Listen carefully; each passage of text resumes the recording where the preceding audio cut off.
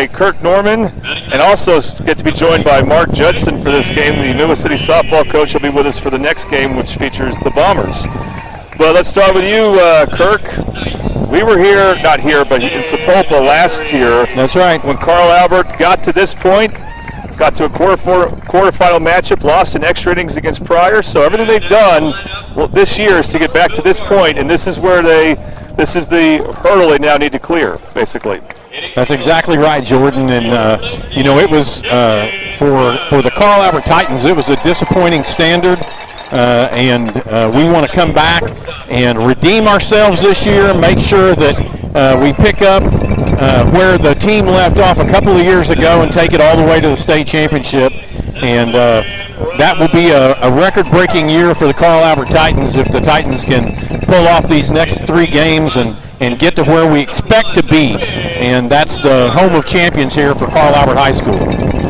All right, and also have to be joined by another great baseball mind and a softball coach as well, Mark Judson.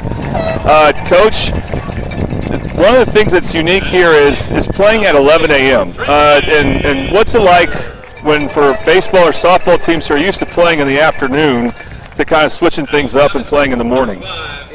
It does matter because what you end up doing is you get these games that are early and your body's not ready for this. It really depends on which team wakes up first and starts getting in the rhythm because the sun's in a different spot. Everything is a little bit different in the morning than it is in the afternoon. All right, let's go ahead and talk about the starting lineups real quick. So starting lineups are brought to you by Eastside Church of Christ, and Eastside Church of Christ is about to have the national anthem, so I'll tell you more about Eastside Church of Christ here in a moment. We'll take a quick break. You are watching Carl Albert State Tournament Baseball on the Oklahoma Sports Network.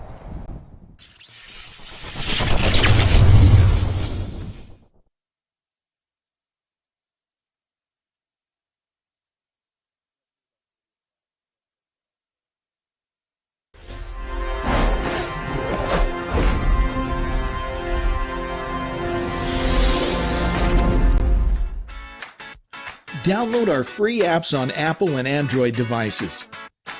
Plus, find us on Roku. Express Car Wash. We know how to love your ride. Try the Works Wash with our signature 14-step cleaning process, engineered to shine and shield your car from the elements. From breaking down dirt and bugs with our Detox Pre-Wash to restoring your vehicle's finish with our ceramic body wax. Give your car the best with our Top Wash. Then complete the clean with free vacuums and mouth washers. Download our app and get your first 30 days of the works for free. Tommy's Express. Love your ride. Last year, 35% of all auto accident deaths were rollovers. If you've been in a wreck, don't hesitate to call us.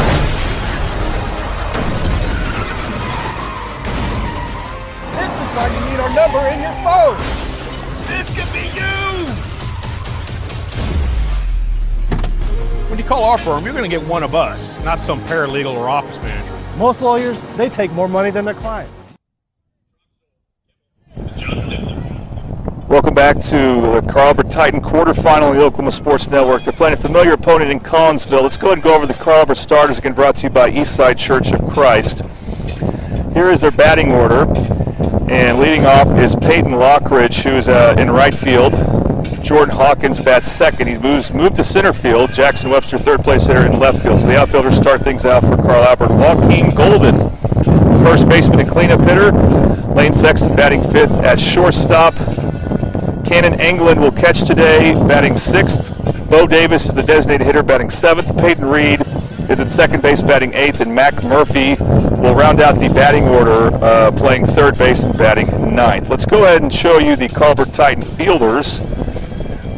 We'll see them next inning as Carl Albert is the road team for today.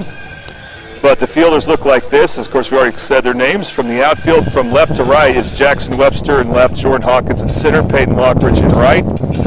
The infield from left to right, Mac Murphy at third, Lane Sexton at shortstop. Reed is the second baseman, first baseman, Joaquin Golden. The battery for today for Carl Albert, Cannon England is the catcher, a freshman, and Mason Avery will pitch. We'll talk more about Mason when we get to the bottom of the first inning. Top of the first inning is brought to you by Buffalo Wild Wings, located 5500 Tinker Diagonal in Del City. Buffalo Wild Wings, where every day is game day. We will try to have replays as best we can. That's brought to you by Triple Elite Screen Printing. Foul ball sponsor, A-Grade Lawn Care. Strikeout sponsor is also our bottom of the inning sponsor. That's Patrick Newby State Farm. And here we go. We don't have Collinsville's lineups. We'll read off their names as we go. The pitcher for Collinsville is Isaac Segur Sprain. Hyphenated name. He will not hit. He is just focused on the Titans pitching-wise. So is Carl Albert. And we are underway here. Let's play baseball.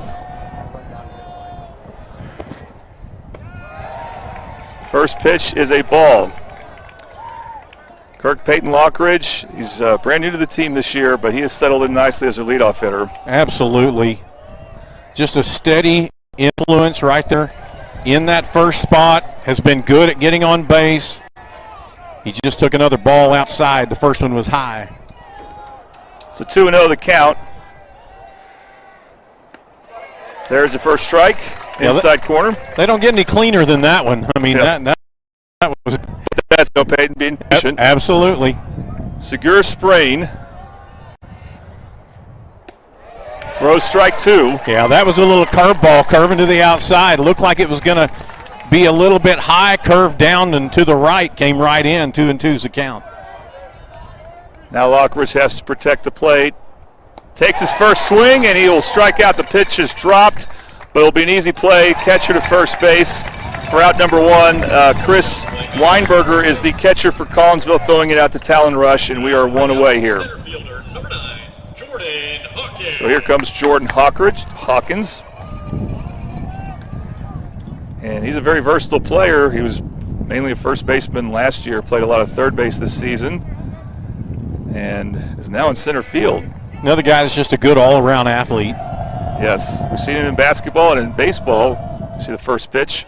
He takes a strike. He is a switch hitter, which you don't see many of those in baseball. Nope.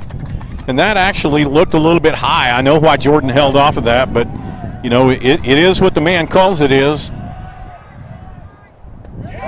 Yep. Oh, that pitch just caught the outside corner, and Hawkins is down the count 0-2.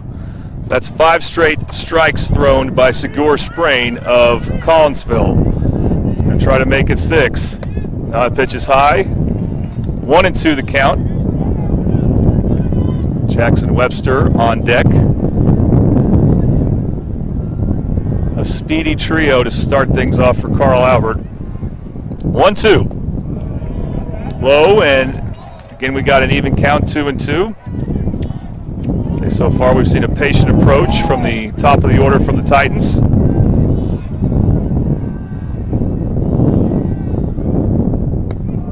And the count will go full. Sprain doesn't waste a lot of time. He comes with the ball and not necessarily hanging out a lot on the mound. All right, payoff pitch. Hawkins fouls it off. We'll remind you our foul balls are brought to you by A-Grade Lawn Care. For a lawn above the rest, choose A-Grade Lawn Care. We got Coach Judson back with us here. This is the first of 3 games we're going to have on the network, by the way. That is called strike 3. 2 outs. So we have a strikeout swinging and a strikeout looking. Remember, strikeouts are brought to you by Patrick Newby State Farm. And with 2 outs, here is Jackson Webster.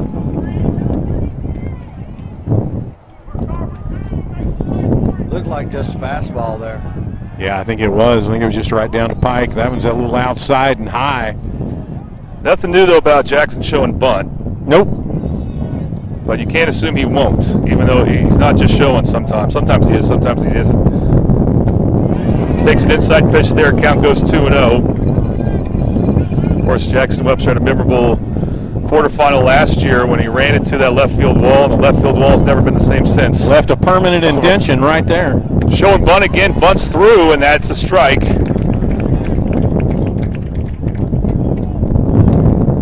little surprised he didn't hold up. Yeah, if he can get that down and let it die out there about halfway, he's got the speed to make it.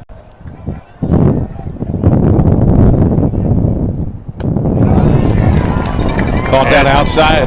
Right on the corner. Yep. Seeing good control from Segura Strain. And he may strike out the side here. We'll see if Jackson Webster can protect the plate. 2-2 the count. First ball put into play. It's grounded to the shortstop. And an easy throw to first. Good play there made by the Collinsville shortstop. And we will go ahead and take a break. We played one half inning. We'll take a quick break, head to the bottom of the first. And you are watching Carl Albert State Tournament Baseball on the Oklahoma Sports Network.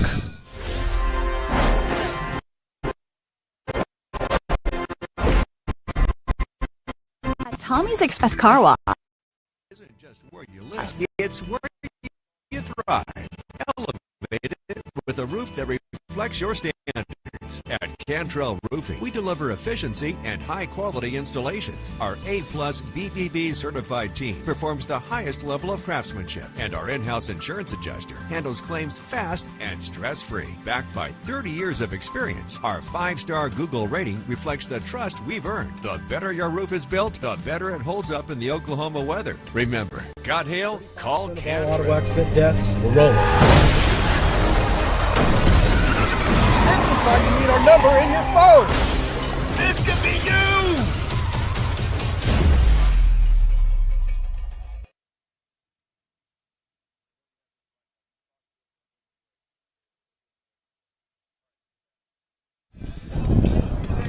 Welcome back to Carl Albert Titans State Tournament Baseball on the Oklahoma Sports Network. Jordan Ray, Kirk Norman, Mark Judson.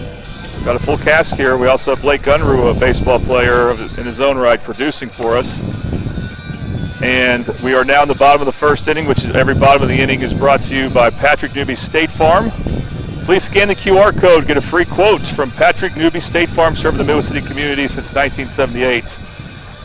For Carl Albert, it is their undisputed ace, Mason Avery. Kirk, I'll say this, was probably going to be, unless there's some short pitch count and rain delays, stuff like that, this will probably be the last time we see Mason Avery start as pitcher for Carl Albert, and I will miss him. Absolutely.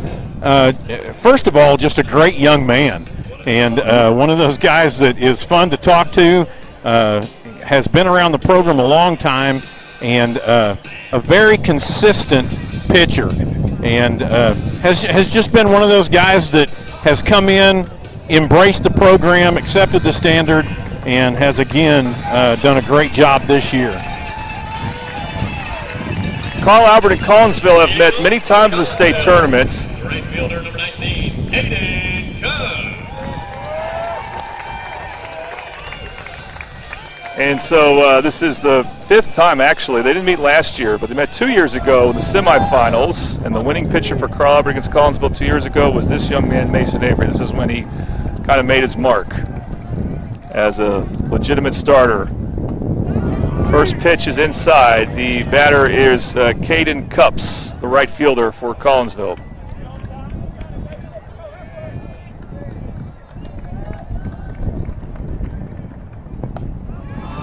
Pretty Beautiful curveball. Absolutely. 1-1 now the count.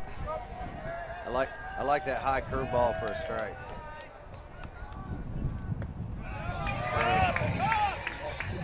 Count goes 1-2 as Mason has quite the repertoire, so we'll at some point maybe see a breaking pitch here.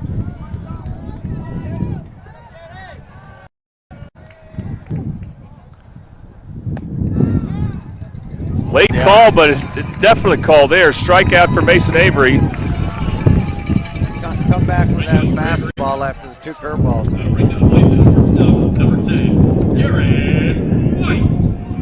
Garrett White, the third baseman, batting second. Now, Coach Judson, you noticed that Mason has options there, right?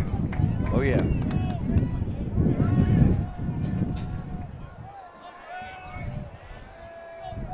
One away for the Titans. Now he goes outside and gets another strike to Garrett White, the third baseman for Collinsville. painting that corner. Yeah, he absolutely is, and he's putting it in there with, that first batter. That first batter, he didn't show the speed until he brought the fastball, and so it was hard to hit when you get stuck like that. Yeah, well, he threw him inside first, backed him off a little bit, come back with 2 curveballs right in the low area of the strike zone, then come on that corner. That's hard to do as a batter. You don't know what to expect. 0-2, high heat. This is inside, 1-2. On deck is Talon Rush, the first baseman for the Cardinals. Not a bad pitch, though, and the reason I say that is because it's hard as a batter when you're down 0-2 and that ball starts coming at your eyes. You have a tendency to want to take it. Does it again. That missed even more, so the count evens at 2-2. But you also think about that pitch when he throws this one on the outside corner, because I threw it inside a lot of times because I want him to see it real good. Absolutely. And then come right on the outside corner, and he's not looking. Right there. There it is. Swung on and missed, strike 3. Another strikeout brought to you by Patrick Newby State Farm. We got strikeouts in this game. 4 for both teams combined. And we've had strikeout looking, strikeout swinging. I don't know this kid, but he was setting him up really well. Putting on that inside of his eyes, and then driving it outside. Drive it outside, and there's nothing you can do. You're looking for that inside again. Nice pitch. Yeah. First pitch to Rush. In there, 0-1 the count. Avery throwing strikes, just like you expect him to. Collinsville put one in play. Yeah, there was nothing hidden about that one. No. That catches the top of the zone, and again, working ahead is Mason. And he's mixing his speeds up. He's got a 78, and then he's got an 84. 72 on that one. Try to drop one in there. 1-2 the count. Collinsville finished 3rd in their district, but won at Coweta last week. 2 out of 3 against Coweta, so they, like Midwest City, won on the road to get to state. Swung on and missed. Got him. Striking out the side is Mason Avery. He couldn't ask for anything better. 3 batters, 3 strikeouts, and we are going to head to the top of the second. It's Collinsville 0, Carl Albert 0 on the Oklahoma Sports Network.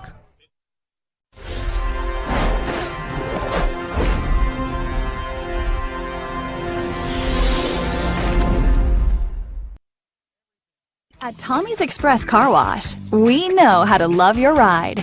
Try the Works Wash with our signature 14-step cleaning process, engineered to shine and shield your car from the elements. From breaking down dirt and bugs with our Detox Pre-Wash to restoring your vehicle's finish with our ceramic body wax. Give your car the best with our Top Wash. Then complete the clean with free vacuums and mat washers.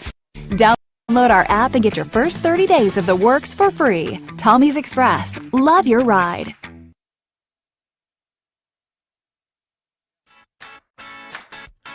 Download our free apps on Apple and Android devices.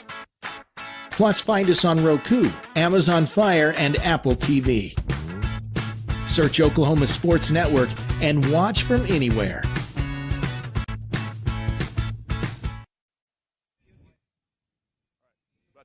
Coach, can you move over a little bit, Coach Judson? Move over a little bit here because that camera's there. Oh.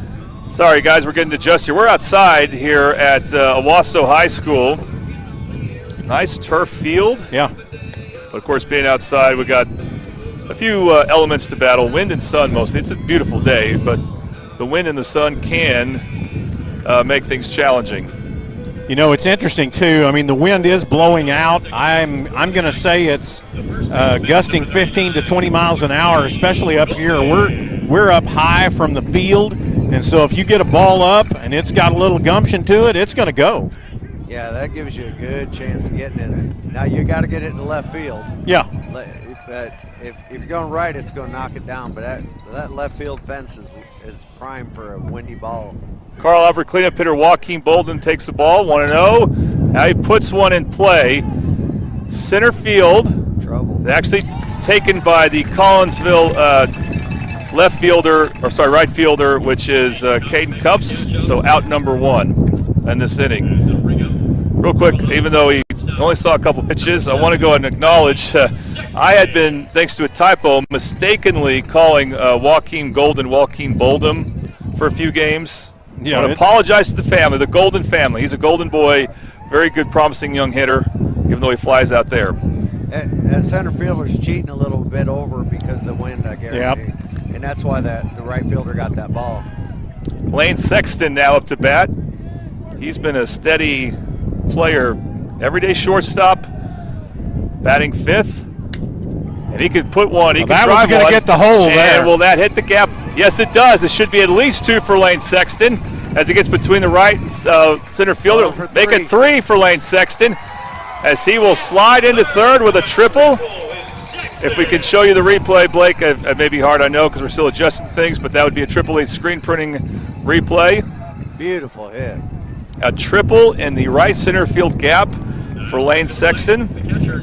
Now it's up to Kanan Anglin with less than 2 outs to find a way to bring him in. We do see the Collinsville coach talking to the home plate umpire. Yep. We love speculating about stuff. Go ahead, Coach. I can tell you what he's talking about if you want to know, and that is Lane Sexton. If you look very, very closely, we'll see if this umpire saw it. I honestly don't believe Lane Sexton touched second base. Oh. He's out. And you're correct. And the umpire did see it, and he called him out.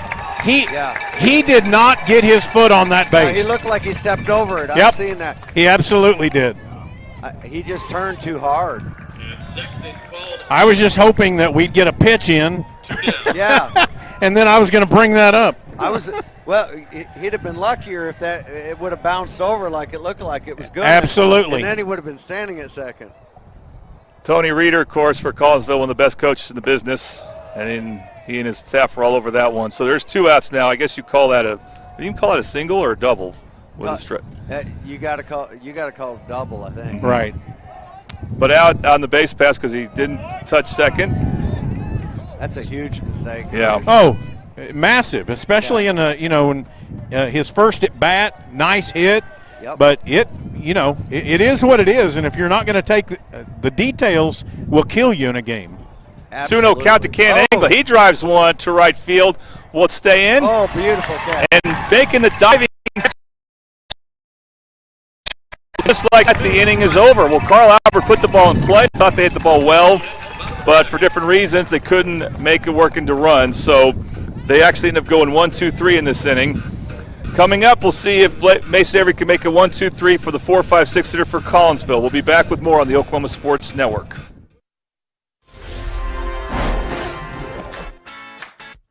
Download our free apps on Apple and Android devices.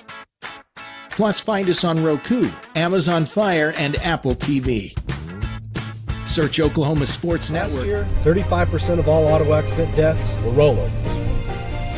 If you've been in a wreck, don't hesitate to call us.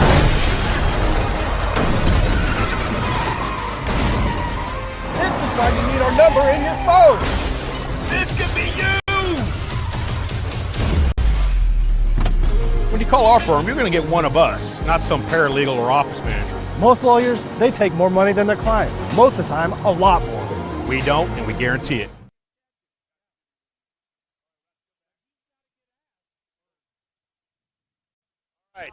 Here we are. We're back on the Oklahoma Sports Network. It's a windy day, and we've had a little bit of an accident here at our table. But again, the wind when you're outside, it can be challenging for the spectators too, not just the outfielders. But we're at the bottom of the second inning. We technically have had one base runner, but he didn't stay on base because of a base running error by Lane Sexton. There's actually no at bat with a runner on base for either team yet. But Mason Avery looked so good that first inning, striking out the side. And now he'll face the 4-5-6 hitters for Collinsville. Weinberger, the catcher, Cal Schlauman, the center fielder, Foster, the second, we think he's a second baseman. We had a little bit more confusion on that. Coming up after this game, we will have Midwest City taking on Pryor. That game is scheduled to start at 1:30. Of course, it doesn't always work that way for these days, as games can sometimes get pushed back.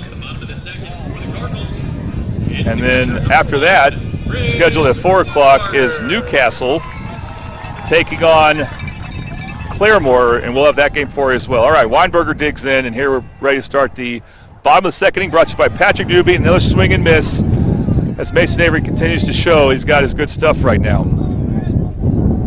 It's just a nice little curveball coming in there, and he was way ahead on the swing. And that's foul tipped, which means it's 0-2. A-grade lawn care foul ball. A-grade lawn care for a lawn above the rest. It's funny we bring in A-grade lawn care when we start to have more and more games on turf, but they make your lawn look like it's turf when they're done with it. All right, 0-2 the count. Avery goes outside on that one, 1-2. See, I like warming up fastball. Yeah. And then throw a curveball in the first one. He's all timed up for that fastball. Wind is really picking up here. 1-2. That's in play. It's Jackson Webster makes the wind. catch in left field. He's become pretty steady there, although he's been in center field for much of the season. But he makes the easy out there, and there's one away. It blew back about 20 feet. It really did. It was going to sit way in front of him, and he just about lost it. Maybe it's pronounced Sloman. Cal Sloman, I've called his basketball games too on the Oklahoma Sports Network, as Collinsville makes a state tournament in basketball a lot as well as baseball. And he'll dig in here. This is that last at bat for Collinsville, the first time they put the ball in play. Avery just misses with that one. Just a little bit high, right up around the name on the chest. Yeah, he hadn't called it yet. He's got a pretty good strike zone. 1-0 delivery, Ooh, that check one was swing. nice. That's going to be a called strike one. That died. Yep. That's beautiful. He took about 10 mile an hour off, and it just died right there. He's got a lot of mix-up of his speeds, too, even on his fastball. Misses there. I'll remind you also, if you're watching live, you can also watch Jones playing Marlowe in the 3A state tournament over at Norman North, and that has some Carl Albert interest. Talk more about that after this 2-1 delivery. Swung on and missed, strike two. But Jones, of course, is led by former Carl Albert great baseball player Jared Price, son of head basketball coach Jay Price. The Price family, that's where they're at. And we would love to see Jones advance. It would be a bit of an upset, but I think they can do it. 2-2 pitch outside, full count. He's got really good control. Yeah, he really does. He's working his batters. You watch, he'll come right on that outside corner. That seems to be his payoff pitch. He'll go full count and then just right on the outside corner. Collinsville looking for their first base runner. Right there. And they appeal the umpire, and it's going to say he did not go around on the check swing. And Schloman draws a walk. Tough pitch to take. He tried it. He tried to get that corner, but He did. If he hits that corner, then that would have got it. But it was a ball outside, maybe two. Pitching coach is doing a good job at calling these in, and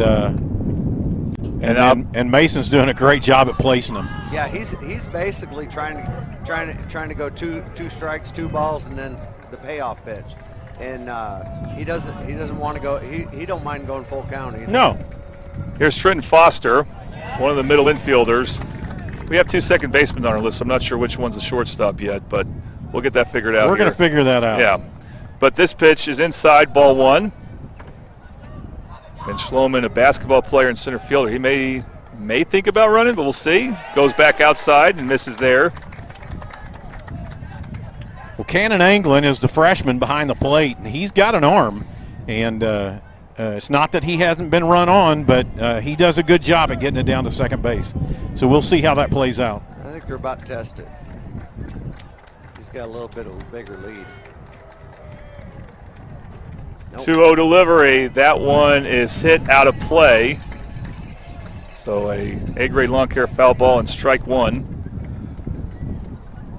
I was going to ask you about what your thoughts were of Cannon, Coach. I like Cannon. Yeah. Does a great job. Very athletic. Is smart. we could see him maybe even set records for games caught for Carl Albert, or at least come close. Especially coming as a freshman. There goes the runner. He had a big lead. No chance. Yeah. No, he had a great lead, and he got a great jump. It's called the ball, so the count goes to 3-1. And we have our first base runner really of the game staying on base again. And now we have a base runner at second. So 3-1 count. Mason's going to maybe have some stressful pitches here to. This batter's count too.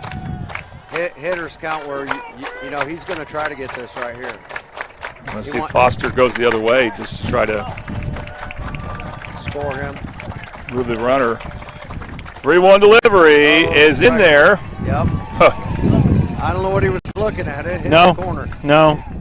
No, he took off. I mean, we see batters do that, and our umpire expert, Tom Carpenter, says umps usually don't like that. But no, they don't. We'll see how that affects this next pitch as we have another full count. Yeah, it better not be close or he's going to get called out. Schloman at second will not go, and that is ball 4. So we've seen back-to-back walks. A stolen base turns out not to mean much.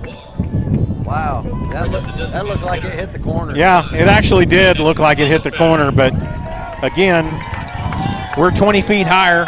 Yeah, but he also let it get too deep. Yeah, he did. Three balls, 1 strike. He's been pretty good about getting at least 2 strikes before 2 balls.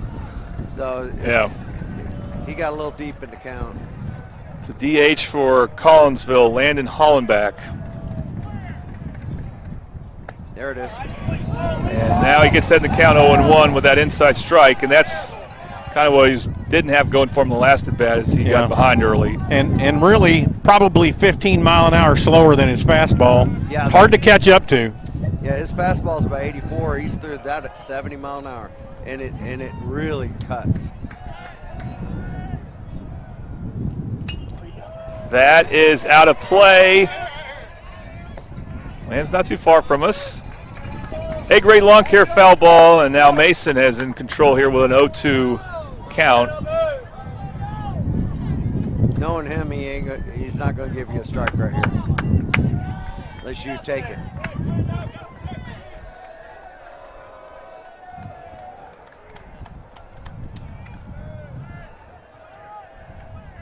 It's called time. Kirk, I noticed that for Carl Albert, Mac Murphy's really guarding the line there. Yeah. That's probably pretty normal in this situation, I would imagine. But 100%. When you've got a runner on second, and he's gonna guard. Called the timeout, so we're going to do it over. 0-2 delivery. Misses up. Yeah. He has not been. So far, he is not trying to throw a strike there. No, kind of intentional. Yeah. To get that guy's eyes moving. Yep. And then, if the guy chases it, he's not going to go anywhere with it. So I wouldn't be surprised if he throws one inside here. 1-2. Oh, boy, yeah. Got him waving. Good. Made him look silly there. Another strikeout for Mason Avery. Same place as the last pitch. That's right. Absolutely. Struck out swinging. That's 4 strikeouts for Mason. He's got some more work to do to get out of this jam. Cooper Hawley, the left fielder, comes up. We're going to take a little break here, and Coach Whiteley's going to go out and first of all, I'm sure he's going to tell him, you're doing a heck of a job. Yep. First thing he did, though, is on that first one, he set him up for it. Yep. He slowed it down and then put it in the same spot. And I think the kid thought, well, I can reach it. Right. Nah, not at 71. He just took a lot off it. It was a fastball, but he took a bunch off of it. Now, do you think he's giving any instructions to his infielders? Oh, 100%. So one of the things you've got 2 outs. The whole thing changes with 2 outs. So any base, don't try to make the long throw. Make sure that I think he's probably even saying to Mason, we just don't want to give up a hit here. Keep it down, keep the ball on the ground. Keep it inside. Yeah. Don't throw an outside. Don't throw an outside pitch. Yeah. I wonder if there maybe anticipating a hit and run? Well, now you can throw an outside pitch with a lefty. Yeah. But you don't want to throw him inside because if he gets a ball over there, it's going to be at least a run. Throw that on the outside corner on this lefty. All right, let's see what Cooper Ollie can do for Collinsville. It takes a big hack, and it's strike one. You see where he put that? From where I'm standing, that probably was not a strike, but it could have painted that far outside corner. I think it hit, but you do not want to throw anything on the inside half of the plate because that's a dangerous spot. Yeah. Throw that on the outside, make the third baseman make a play. But I wouldn't cover that runner with the shortstop, though. Here's the 0-1 delivery. That misses outside. That's a good stab there by Anglin. As the base runners right now are staying put. Count goes to 1-1. Catcher's got to be solid here.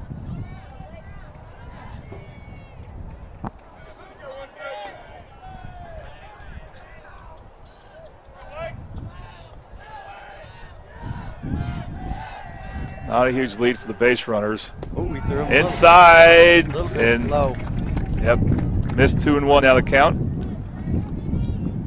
Now this is the 8-hole hitter, and so you just struck out your DH. And you don't want to let this guy go. No, and you throw this. Like I said, I'd put it on the plate. Yeah. Put a ball on the plate. Let him hit it because you can get him out over on the right side or left side. There it is. That is in play in the field. Coming on is Sexton, and Mason Avery pitched out of the jam with a pop out to short, and we remain scoreless. We'll head to the third inning. It's Carl Albert State Tournament Baseball on the Oklahoma Sports Network.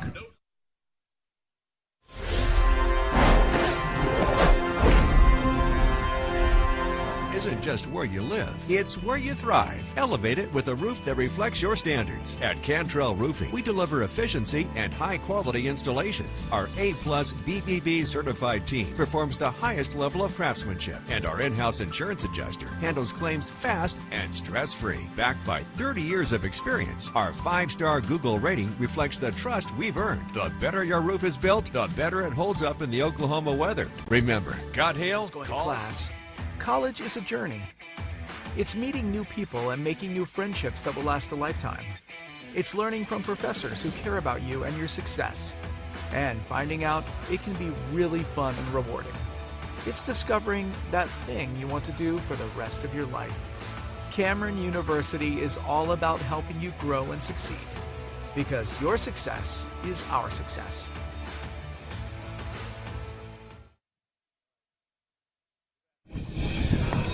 Welcome back to the Carl Albert first round of the state tournament here on the Oklahoma Sports Network. We're coming to you live from Owasso High School. Game tied at 0. So far, Collinsville has not had a base hit yet. They have a couple walks. Carl Albert does have a base hit, but that was wiped off on a base running mistake. So it's their 7th place hitter now, Bo Davis. Bo Davis missed much this season with an injury, but he can DH now, and he's DHing today. And he takes strike one.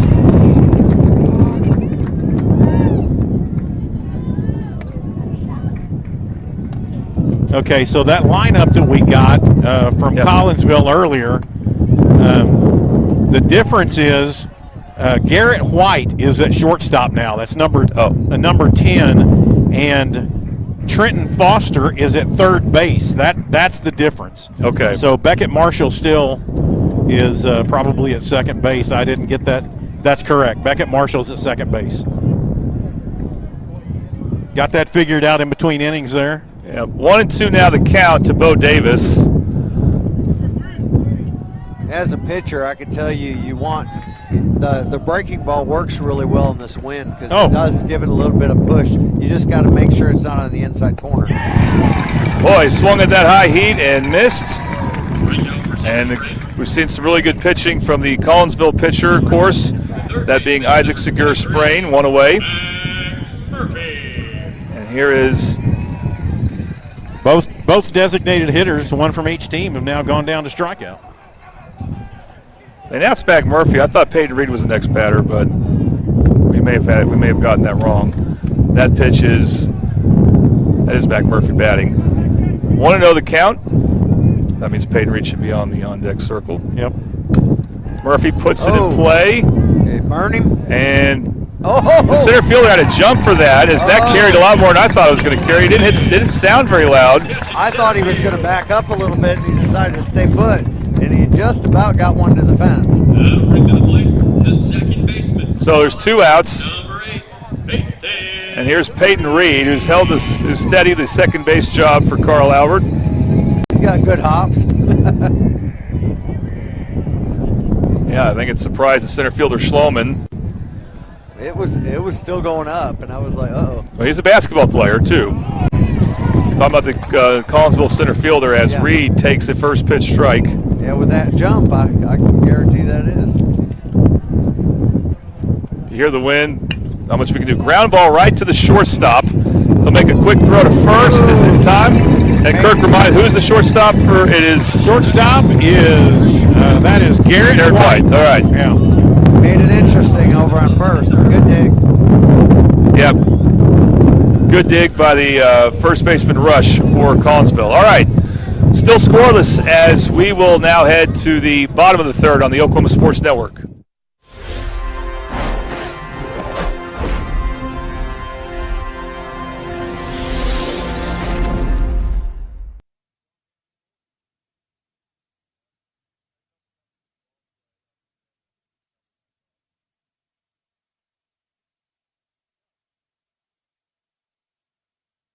Your home isn't just where you live, it's where you thrive. Elevate it with a roof that reflects your standards. At Cantrell Roofing, we deliver efficiency and high-quality installations. Our A-plus BBB certified team performs the highest level of craftsmanship, and our in-house insurance adjuster handles claims fast and stress-free. Backed by 30 years of experience, our 5-star Google rating reflects the trust we've earned. The better your roof is built, the better it holds up in the Oklahoma weather. Remember, got hail? Call Cantrell.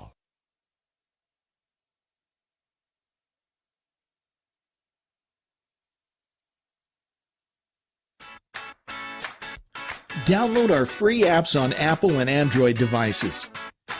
Plus, find us on Roku, Amazon Fire. Welcome back to State Tournament Baseball on the Oklahoma Sports Network. 5A quarterfinals today. Happy to bring you 3 games here from Owasso High School. First game, of course, a familiar matchup if you follow 5A state tournaments in baseball. Carl Albert and Collinsville. This is the 5th time they've played this decade in the state tournament. Most of the time they play in the first round too, and that's what's happening here. And guys, you're talking about some off the air about how, you know, we're not seeing a lot from the bats yet, but that's what you kind of expect on this first day because everyone throws out their ace on Thursday. That's right. So you're seeing the best the other team has to offer. You can't get to the second round if you don't get through the first. That's exactly right, and you've got that 24-hour period in between now and the big match, so that one's going to be a base hit. That one is line, and it drops between the 2 outfielders, Hawkins and Webster, the 9-hole hitter for Collinsville gets aboard. Well-placed ball. That's Marshall. He didn't try to overswing that. No, If he overswings it, it's in left field. Yeah. He just popped it out there, and he didn't finish his bat. Yeah, if you get any more air under it, you've got 2 fast guys out there that'll run under it. Yeah, that was a well-hit ball. So Beckett Marshall with the first base hit for Collinsville. Back to the top of the lineup now. Up shows bunt. Does he go second? Oh, Mason wobbles it. Has to throw quick to first instead. Does get the out. He would have had him in second if he hadn't been able to handle it. He had to be thinking about it. Well, the reason is if you watch him, he popped his head up before he had the ball.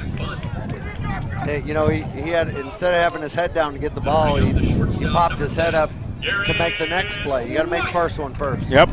So sacrifice bunt moves the runner to second. But good to get that out at first, though. Absolutely. Yep. Doing what you need to do for Collinsville. You want to, when it's 2 aces going at it, you want to play small ball. Garrett White struck out swinging his last at bat. Where you don't want to go small balls right to the pitcher, though. Yeah, exactly. It wasn't the best bunt, but it worked. No, it did work. Outside ball 1. Bunt that to the shortstop. He'd probably make it on. I don't know, Coach, in the Midwest City game Saturday, did you see that bunt by Browder? That was beautiful. Yeah. We'll talk about that more in that game, but laying a bunt down matters. Yeah. Oh. They throw to second. Sexton makes the catch cleanly. Got to be careful about that, as they will look the runner back. Center fielder's right there for just in case. A little dangerous. So again, Collinsville with their third at bat with a runner in scoring position. Trying to capitalize this time. Number 2 hitter, that is high. And Mason falls behind here 2-0. That slipped out of his hand. Yep. He was trying to throw a curveball, but it just flipped off his fingertips.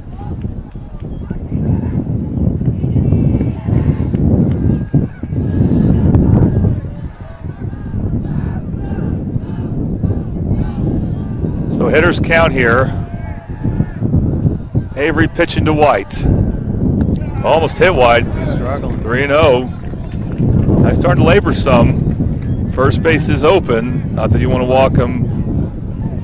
Yeah, but you don't want to give him something meaty right here, and that's about what you have to do. You got to give him a strike here, and he knows it too.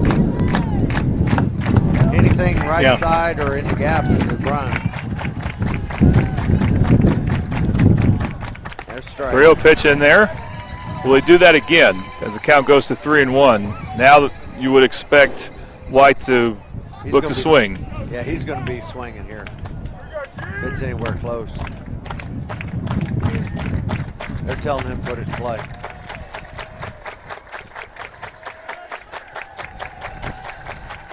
There it is. That is caught by Regan. Beautiful. If you get the replay, let's do it.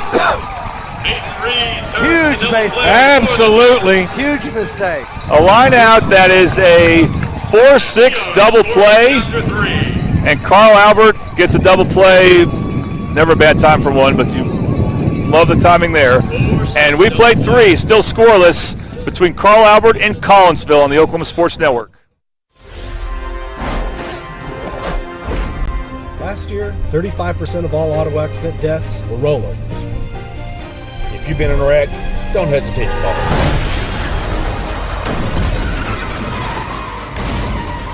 This is why you need our number in your phone. This could be you. When you call our firm, you're going to get one of us, not some paralegal or office manager. Most lawyers, they take more money than their clients. Most of the time, a lot more. We don't, and we guarantee it.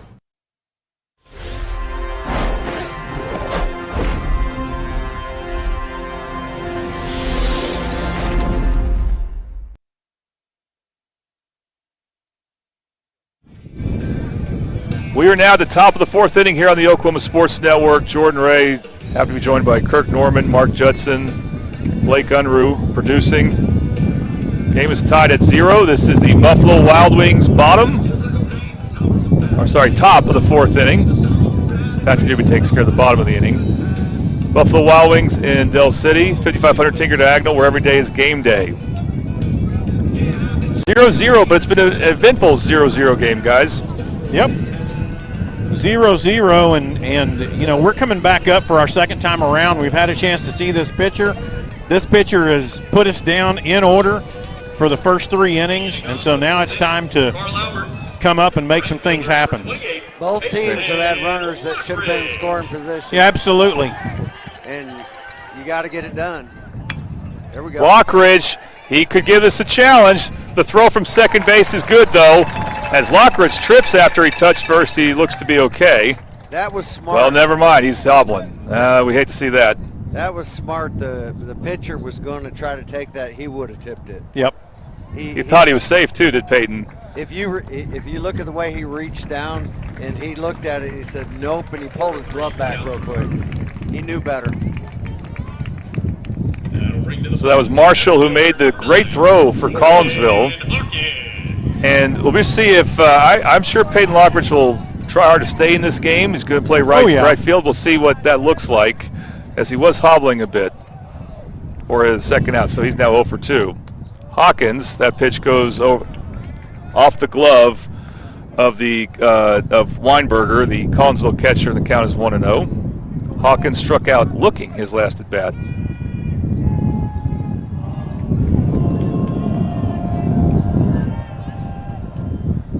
Hawkins hits that hard pass to first baseman for a base hit. Easy base hit.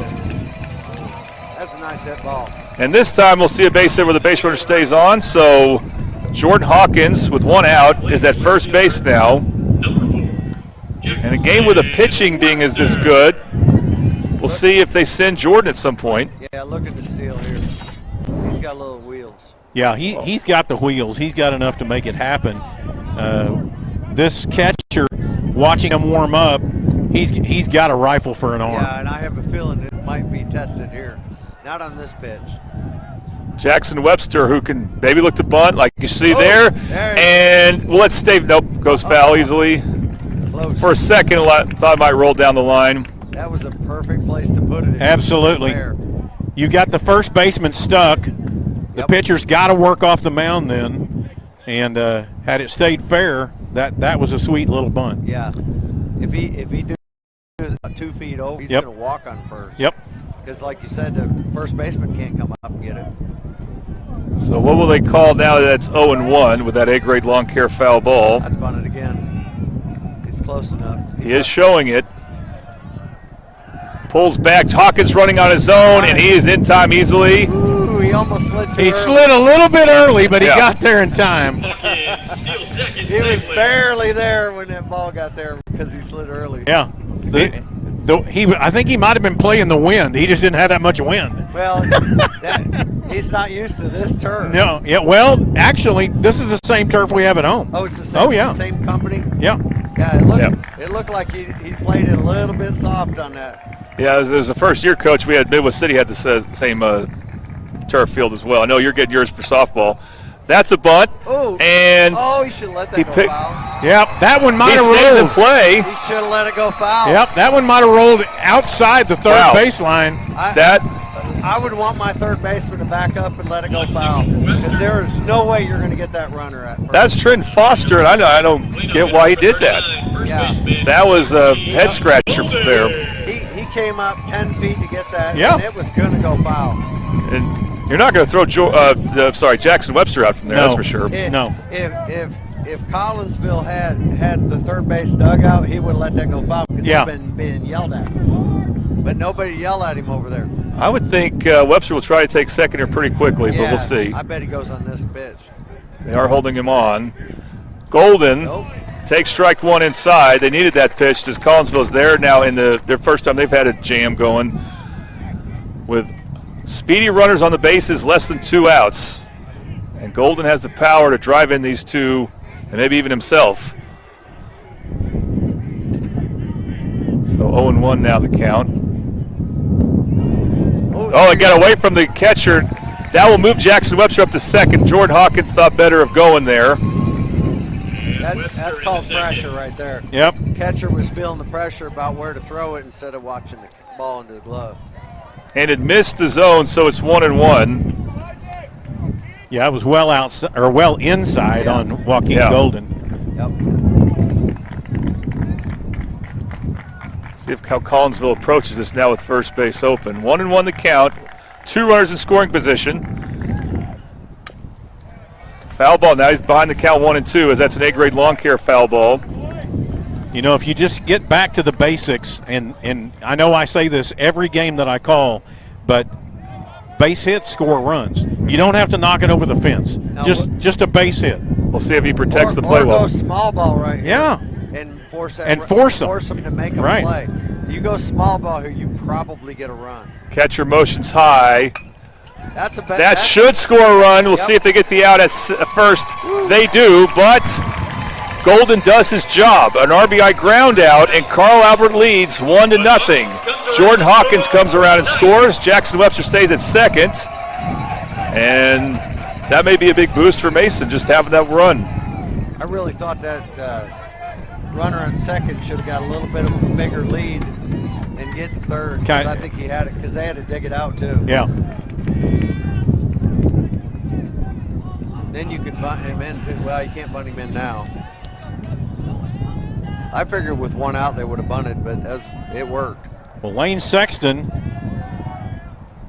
Yeah, that double. Oh, that gets by the catcher again. So we've seen a couple of other pass balls, I think, but that's on the pitcher. That advances sorry, I won't call him Hawkins, it's Webster. As Lane Sexton, who had a double but ran over second base, didn't touch it. Yeah, actually a triple. I mean, yeah, it was an honest triple. Yes. But has to be, ruled as a double because he didn't step on second base. So he has seen this pitcher, has gotten a good hit here, scores a run. And they need it right here. One more pass ball or wild pitch that could easily score Webster. The catcher has to be careful. Takes a low pitch there. Counts 2-0. They can be careful to Lane, as they definitely got to respect his power after what he did his last at bat. And that's a good stab there by Weinberger on that 2-0 pitch, or that 1-0 pitch. Now it's a 2-0 pitch. Foul ball, straight back. 2-1 now the count, thanks to that A-grade lawn care foul ball. A-grade lawn care for lawn above the rest. He threw him a fastball last time. I threw him breaking balls. Oh. Because you throw a fastball. Yeah. We know what you can do. We know where it goes, yeah. Yeah. I'm surprised he's throwing fastballs, but he is throwing on really outside a little bit. Can Lane drive in this runner? 2-1. Takes it. Strike two. Now he's got to protect the plate. Little break on that one. As Segur sprain looks to hold the Titans to just one run. Here in the fourth inning. 2-2 pitch. Swung on and missed. Strike three. Lane Sexton will strike out swinging there, but Carl Albert does play to run, and they have a 1-0 lead against Collinsville. We'll be back with more Carl Albert State Tournament Baseball on the Oklahoma Sports Network. Download our free apps on Apple and Android devices. Plus, find us on Roku, Amazon Fire. 35% of all auto accident deaths were rollovers. This looks like you need our number in your phone. This could be you.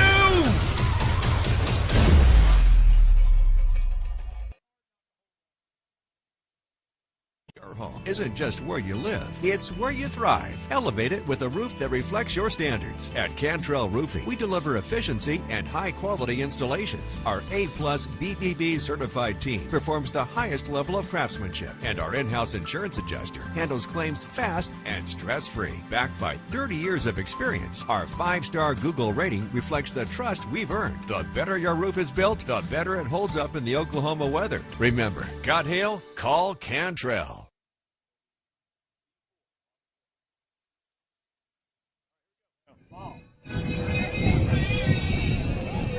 Welcome back to the 5A State Tournament on the Oklahoma Sports Network, and it's a beautiful windy day here at Owasso, Oklahoma. And we've had a fun game so far. Some twists and turns. Carl Albert looked like they may be in trouble at the bottom of the last inning, and Collinsville lined into a 4-6 double play. They didn't get anything out of it, and Carl Albert has taken the lead thanks to Jordan Hawkins with a base hit, Jackson Webster with a bunt single, and they just got him across. And Carl Albert leads 1-0. Jordan Hawkins scoring the one run thanks to a RBI ground out by Joaquim Golden. Talon Rush now will lead off the bottom of the fourth for the Cardinals.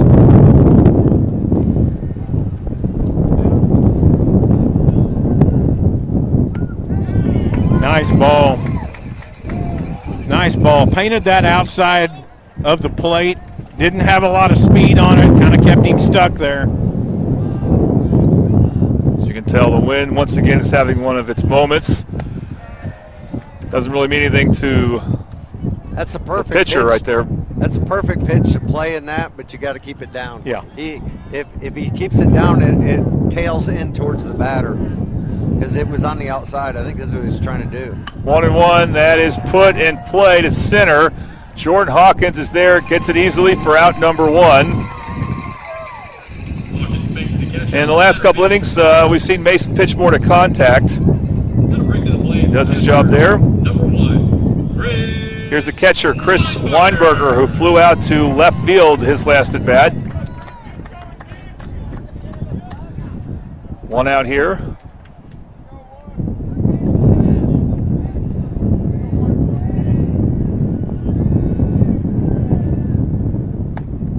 First pitch is high. Titans looking to advance, something they couldn't do last year, to the semifinals that would be scheduled right now for 11 a.m. tomorrow. Good pitch. That one's put in play, and it's a sky-high fly. But once again, Jordan Hawkins has no problem getting there and getting out number 2. Just interesting to watch him because Jordan Hawkins, of course, plays the infield too. But there's no position he's not comfortable at. So here's Cal Schloman, who walked and stole a base his last at bat, but was stranded. He's learned to stay behind it. Yeah. I noticed that time he went back. Yeah. And he got behind it and then walked up. That one is sky high. Will it stay in foul territory? It's going to be right along the line. And Murphy makes the catch.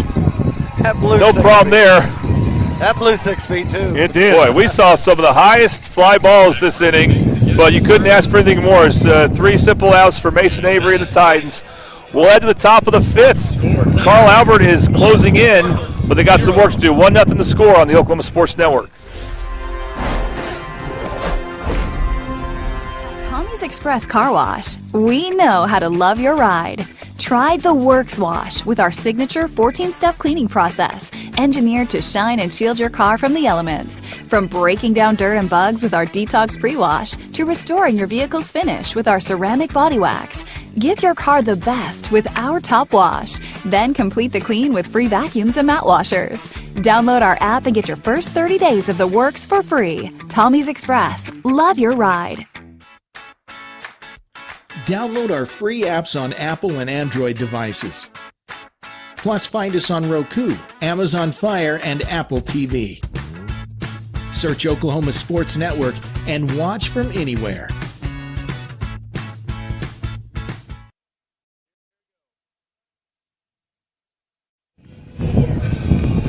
Welcome back to Carl Albert Titans State Tournament Baseball on the Oklahoma Sports Network. The Titans and the Cardinals, 2 very familiar opponents again, really in all sports, a lot of sports. Absolutely. Volleyball, everything. That's the trivia question. Softball. The last team to eliminate Carl Albert in football. Yeah. Is Collinsville. That's right. They played later on. They played in the first round in the state tournament basketball. That would have been 2021. 21. That's right. Over at Western Heights. Yep. They haven't lost a playoff game since, though. So, anyway, first pitch here is a ball to Cannon Anglin, left-handed hitting catcher. Foul ball by the first base line towards the Collinsville dugout. A-grade lawn care foul ball. Scoreboard hadn't caught up, but that's actually 1-1. Yes, that has me a little twisted there. Yeah. A good view of the scoreboard, though. Like it. Oh! That is called an outside strike.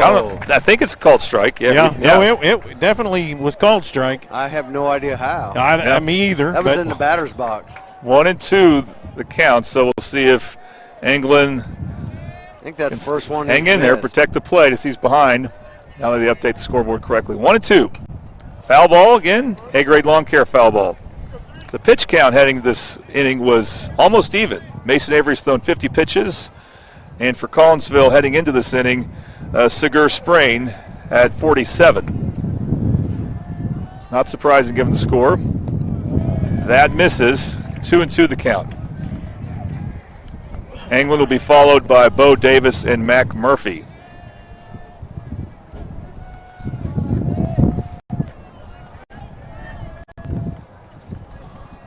Two. Pokes at it and fouls that one off. He was just trying not to strike out. Yeah, that was a little bit of a protection hit there. Yep. Yeah. He wasn't trying to hit it. He was trying to foul it. He was motioning with his hands about something, was Anglin, as he stepped out of the box. Not sure what that was about, but now he's back in. Well, it was an off-speed pitch, and he was lucky to catch up to it. Yep. Puts that one in play to the second baseman for Collinsville. It'll be an easy out. As Good job there by Marshall. Beckett Marshall makes the out. England has at least put Barrel on ball both times at bat. He flew out his first time at bat over to right field and then got the 4-3 out right there. See if Bo Davis can put one in play. He did not his last at bat as he struck out swinging.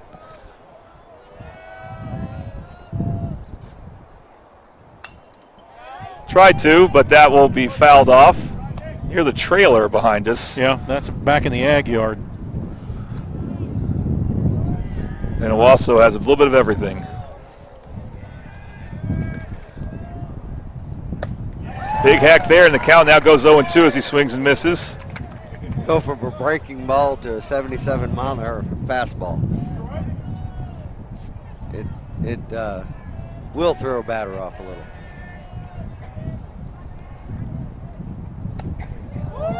That misses, so the count goes 1-2. Segura sprain, Isaac Segura sprain.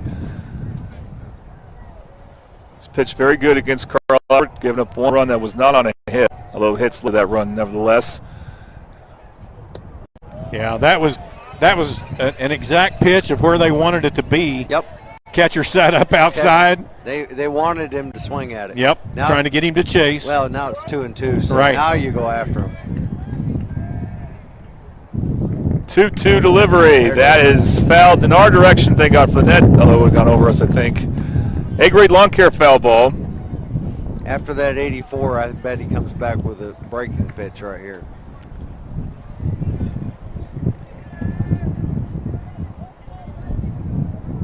Bo Davis locked in.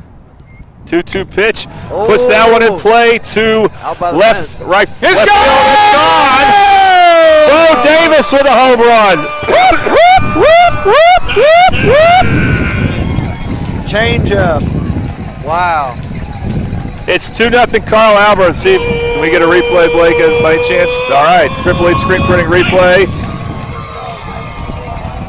I butchered where he hit it. He hit it to left field. Yeah, it was straight out left field, right over the left fielder's head. And that's the slowest he's pitched the whole game. And you've got to believe that Bo Davis was waiting on it. He was. Yeah. Because he just threw 85 and then come back with 67. Right. But Davis had that timed up all the way. He did. Well, now you know why he's DHing, because he's probably not quite healthy enough to play the field, but wow. He has something to offer with his bat, for sure. He's still been, going ahead and rehabbing that lower body injury. And and that wasn't a breaking ball. That was just a changeup. Just a straight changeup. Yeah, and it hung right over the middle of the plate. Here's Mac Murphy. You hate a pitcher that does that because you know what's going to happen. Right. We're now at a 1-1 count. Mac Murphy flew out to center field his last at bat. A 2-0 lead for Carl Albert. What I'm impressed with is where he hit that ball. Yeah. Because I figured he'd at least hit it over by the pole there. Yeah. Because he'd been so far ahead of it. 2-1. Well, that's why I say it really looked like he was waiting on that pitch and just had it timed up right. And this might be the first time that Segura Sprain has gotten to a 3-ball count. I mean, he's been throwing strikes. Hey, home runs will shake you. Yeah. Yes, it will. We'll see. Could this lead to a 4-ball count? No, he puts it in play. Shallow right field, and the play is made for an out as Caden Cups takes care of that, and there's 2 away. That's why when you get a home run, generally the catcher go out and at least not talk to you about that, but just talk. Give him a minute. Give you a second. Yeah. Well, that's what I did. I caught my whole career, and my catcher would always come out to me if I gave up a home run. You give up a home run, go talk to him. He'd talk about something that didn't have anything to do with baseball. Yeah. Peyton Reed, the batter now. He takes a strike.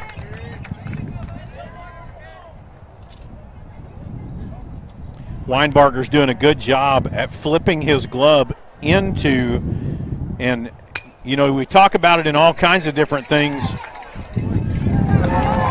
Good play made by the third baseman for Collinsville. That's Shridden Foster to get the ground ball and out number 3. But another run for Carl Albert. This time they played the long game, a long ball. by Bo Davis, and they are up 2-0. Titans lead the Cardinals on the Oklahoma Sports Network. Download our free apps on Apple and Android devices. Plus, find us on Roku, Amazon Fire, and Apple TV. 35% of all auto accident deaths were rollovers. This is like you need our number in your phone. This could be you. College is more than just going to class. College is a journey. It's meeting new people and making new friendships that will last a lifetime. It's learning from professors who care about you and your success. And finding out it can be really fun and rewarding. It's discovering that thing you want to do for the rest of your life. Cameron University is all about helping you grow and succeed. Because your success is our success.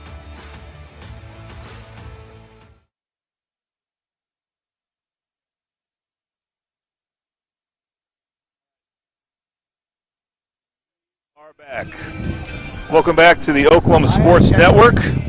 Jordan Ray, Kirk Norman, Mark Judson talking ball and having a fun time, especially since Carl Albert has a 2-0 lead. And, how do you feel if you're Carl Albert with Mason pitching? Does that 2-0 lead feel a little bigger, you think? Well, I think he's doing a good job. I think he's holding people at bay. And when he worked his way out there in the second inning, I think he got a little more confidence. And, you've got to know that guys are going to be back there taking care of you. Meanwhile, over on the down in the Oklahoma City Metro, Marlowe leads Jones 2-1, top of the fourth. So hopefully Jones can make a comeback. They still have plenty of time, obviously. That first pitch is a strike to Trenton Foster, who walked his last at bat. As a pitcher in that position, a lot of times you think you're going to get pulled. Oh, he got hit. Not what Mason wanted to do. And you think you're going to get yanked, and it really affects you mentally, and then you get out of it, and like you said, a whole lot of confidence. Oh, yeah. Collinsville needs base runners right now, and they got one. Here's Landon Hollaback, who struck out swinging his last at bat. He threw an inside breaking ball, and I think it blew. Yeah. That wind caught it. I was going to say that wind. The wind is a consistent, 20 mile an hour right now. Right towards the batter, too. So you got that's to Sexton. They'll get the out at second. Could they get the out at first? Got him. Yeah. And no, not quite. The ball dropped out of his glove. Oh. The ball was there in time. Yes, it was. Golden can hold on to it, and so that puts a runner on first.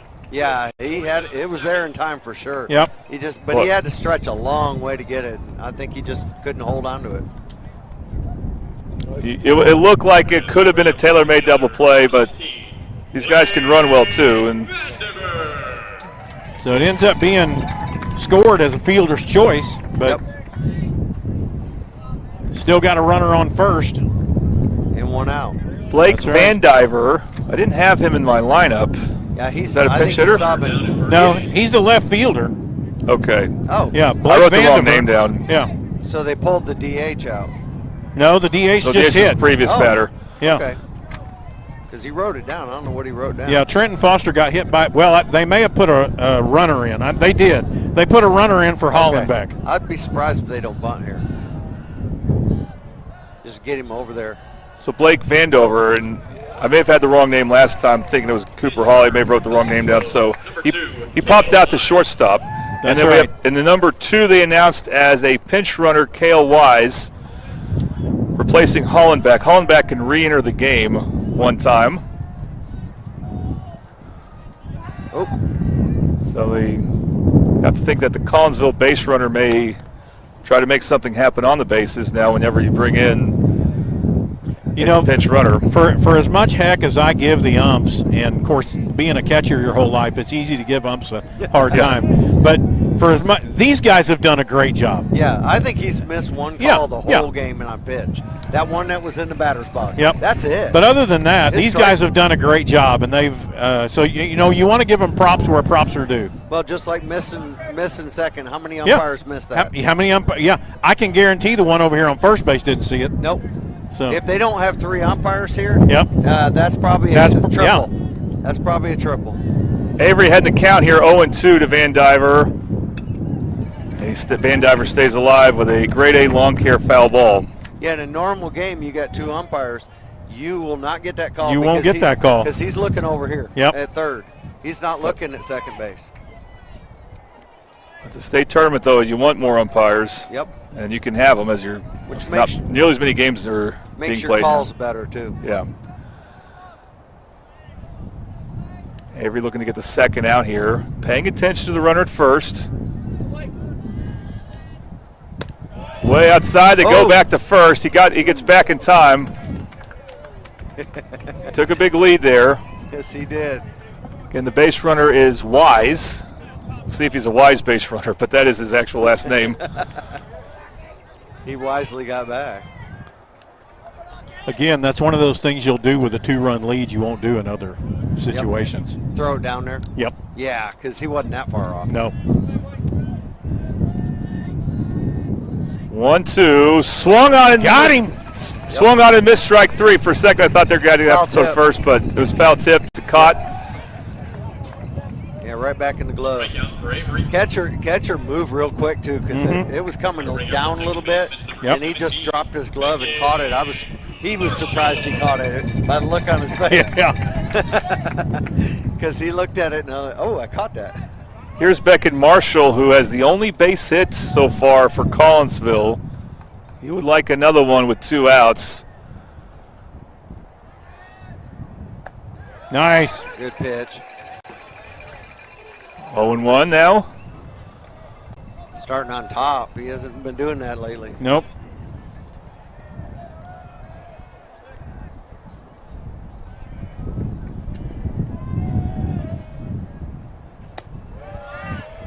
Goes to the outside, and that misses. 1-1 now the count. Try to get him to chase.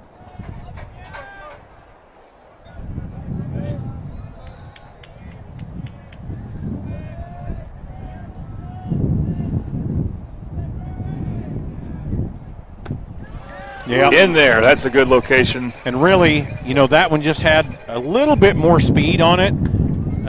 Very similar to the pitch he just threw, but about 2 inches closer.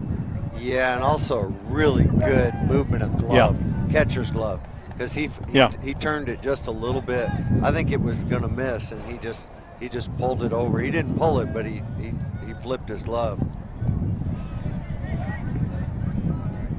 That misses low and outside. Count evens 2-2, 2 outs, 2 runs for Carl Albert.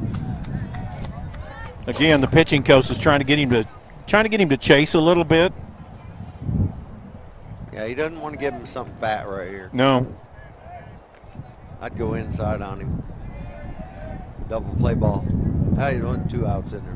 Yep. There's 2 outs. There goes the runner. Swung on and missed. Doesn't matter. Doesn't matter. And Mason Avery with another strikeout. So his last 2 batters, he strikes out. And let's go and say it. They are 6 outs away as Carl Albert to advancing. High fastball. We'll see what they can do if they can get some more runs in here on the Oklahoma Sports Network.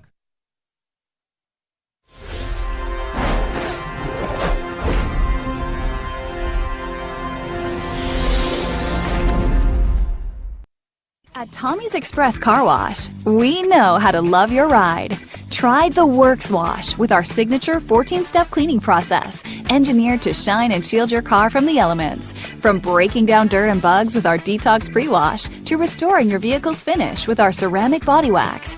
Give your car the best with our Top Wash. Then complete the clean with free vacuums and mat washers. Download our app and get your first 30 days of the Works for free. Tommy's Express. Love your ride.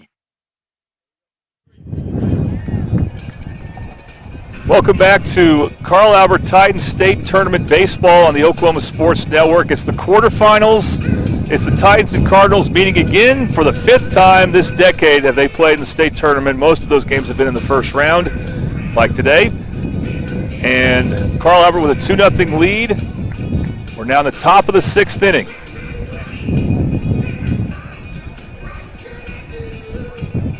Winner of this game will face the winner of our next game, which we'll have on the Oklahoma Sports Network, between the Pryor Tigers and the Midwest City Bombers. Midwest City making their first appearance in the state tournament since 2008.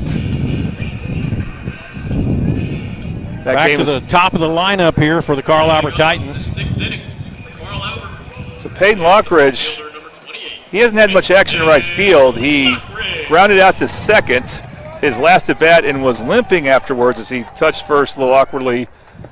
Takes a big swing there for strike one. You recover really quick when you're up 2-0 in Yeah, state tournament. yeah, you do. It helps. Well, when you're a high school athlete too. Yeah. And just being in a state tournament, I knew there was no way he was going to come out. It's just question will he be a little hobbled.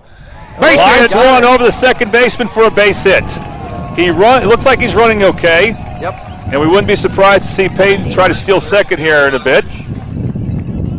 Good for Peyton as he struck out swinging and grounded out to second, so he hadn't done a whole lot to plate, but he does something there. This is the third time through the batting order, by the way, which is always an interesting adventure for the pitcher, guys. You're playing with house money here if you're the runner. Absolutely. 'Cause they can steal him right here, probably not on this pitch, but on the next one, and feel pretty confident if he gets out there still up. Jordan Hawkins got a single his last time at bat, made it around, scored the first run for the Titans. He's staying real close, though. Yeah, not a big lead for Lockridge as Hawkins takes strike one. I'm surprised he's that close.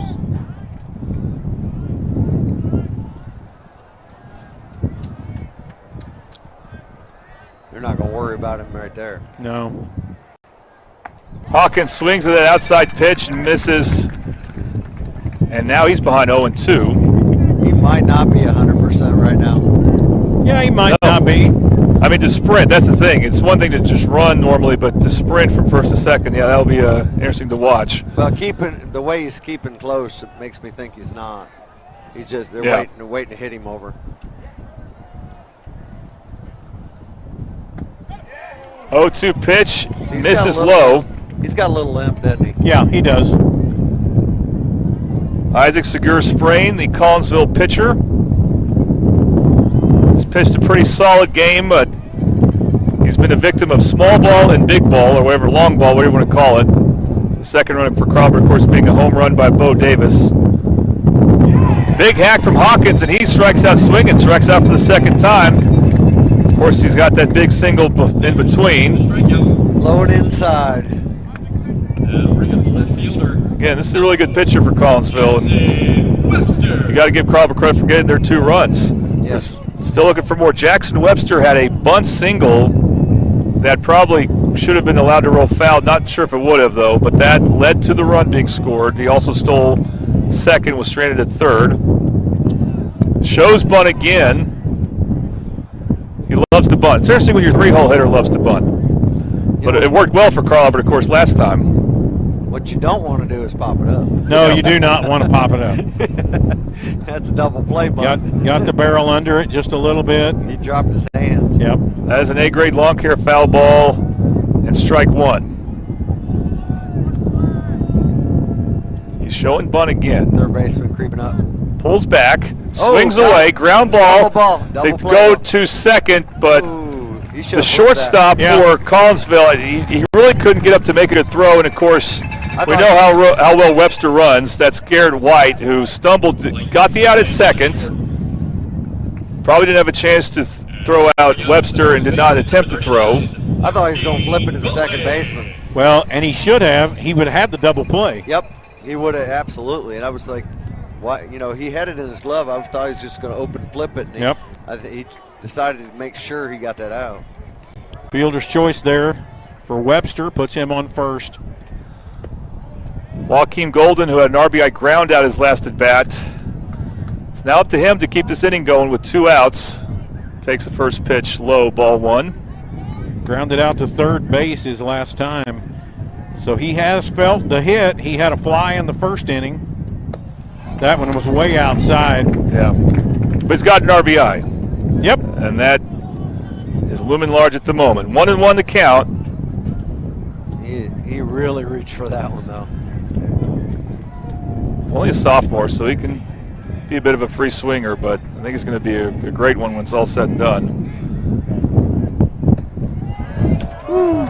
Good job taking that pitch. That got the audience up a little bit.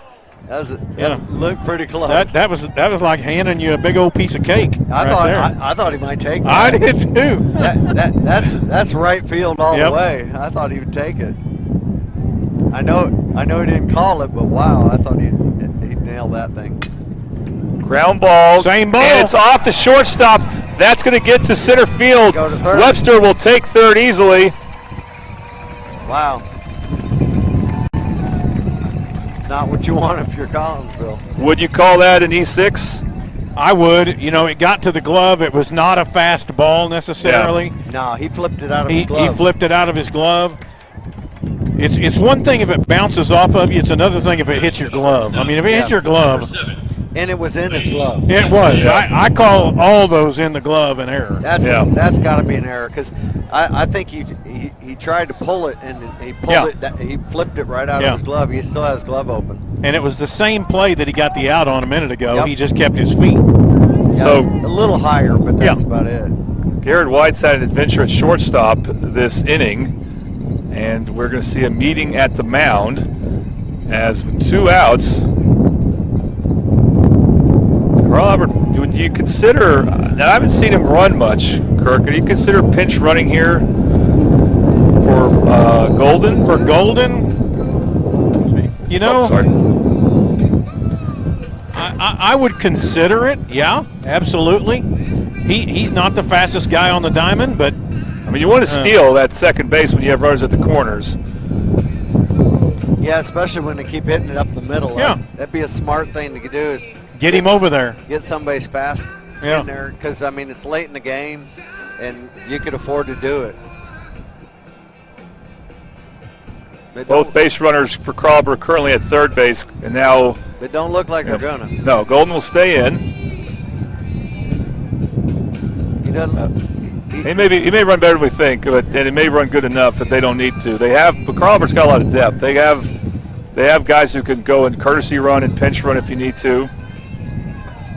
I think Coach Baza and Coach Whiteley were talking about it a little bit, but they're going to leave him where he is. Yep, we'll see if at some point he takes off. Normally, when runners at the corners, the runner at first base will try to take second.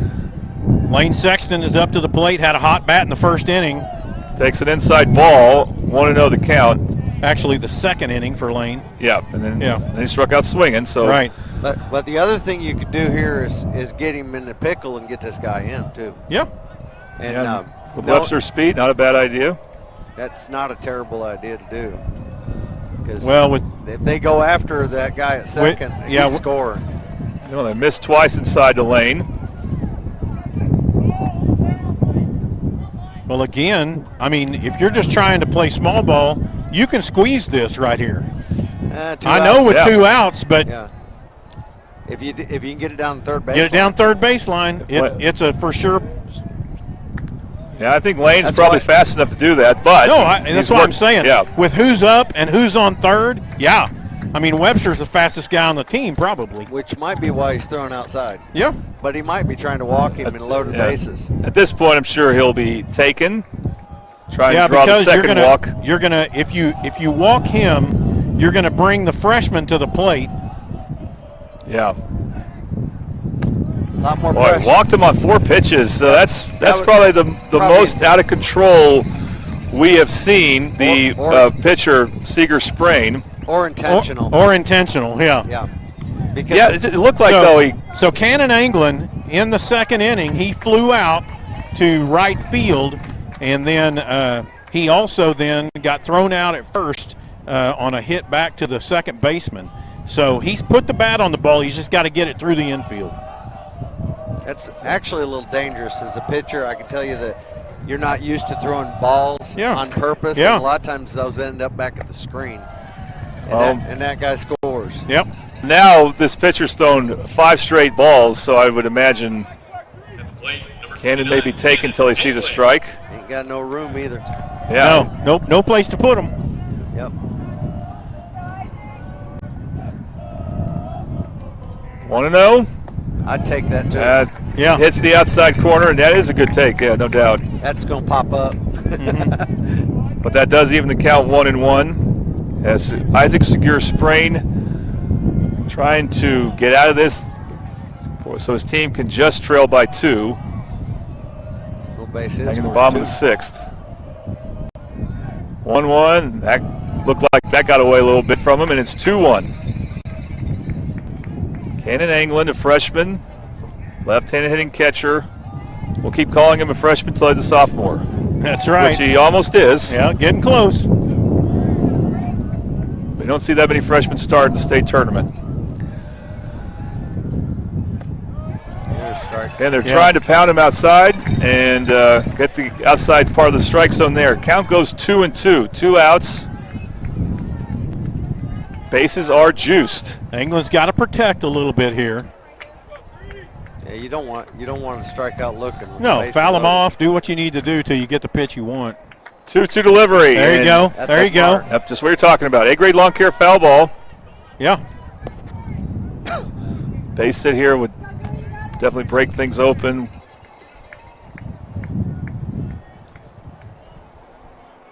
Carl Albert looking to do what they couldn't do last year and get to the semifinals. Scheduled for tomorrow morning.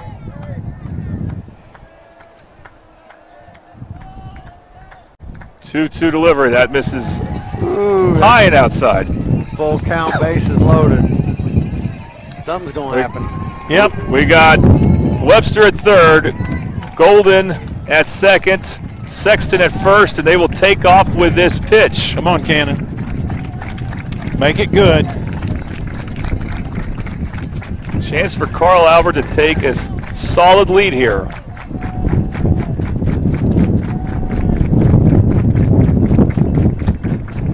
Payoff pitch. Fouls it off. We'll do it again. Base runners will come back. Sexton went all the way to second. He made sure he touched second there, even though he didn't need to in that instance. But he got all the way to second. He'll come and jog back to first.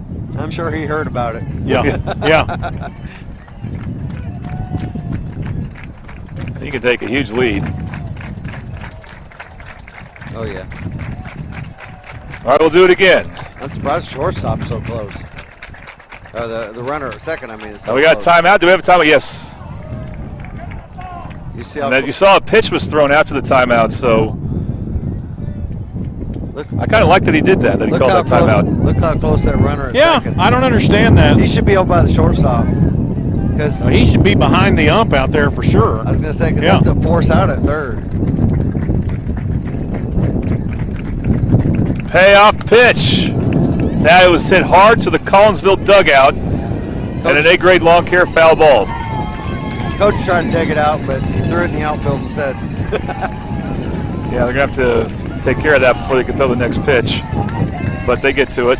It's a good AB right here. Yeah, it really is. You know, a lot of people think the pressure's on the batter. Well, there's just as much pressure on the pitcher at this time. Well, I think there's more on the pitcher. Yeah. But it goes both ways. But, yeah, I would say more on the pitcher. One mistake's a run. Yeah. Here's the payoff pitch. Swung on and missed. Yeah, either way, one mistake. But he pulled it off because that was ball 4. Yep. All right. We will now head to the bottom of the 6th. Can Carl Albert hold on? We'll find out on the Oklahoma Sports Network.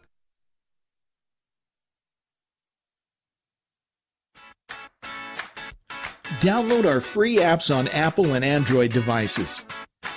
Plus, find us on Roku, Amazon Fire, and Apple TV. Search Oklahoma Sports Network and watch from anywhere. Isn't just where you live, it's where you thrive. Elevate it with a roof that reflects your standards. At Cantrell Roofing, we deliver efficiency and high-quality installations. Our A-plus BBB certified team performs the highest level of craftsmanship, and our in-house insurance adjuster handles claims fast and stress-free. Backed by 30 years of experience, our 5-star Google rating reflects the trust we've earned. The better your roof is built, the better it holds up in the Oklahoma weather. Remember, got hail? Call Cantrell.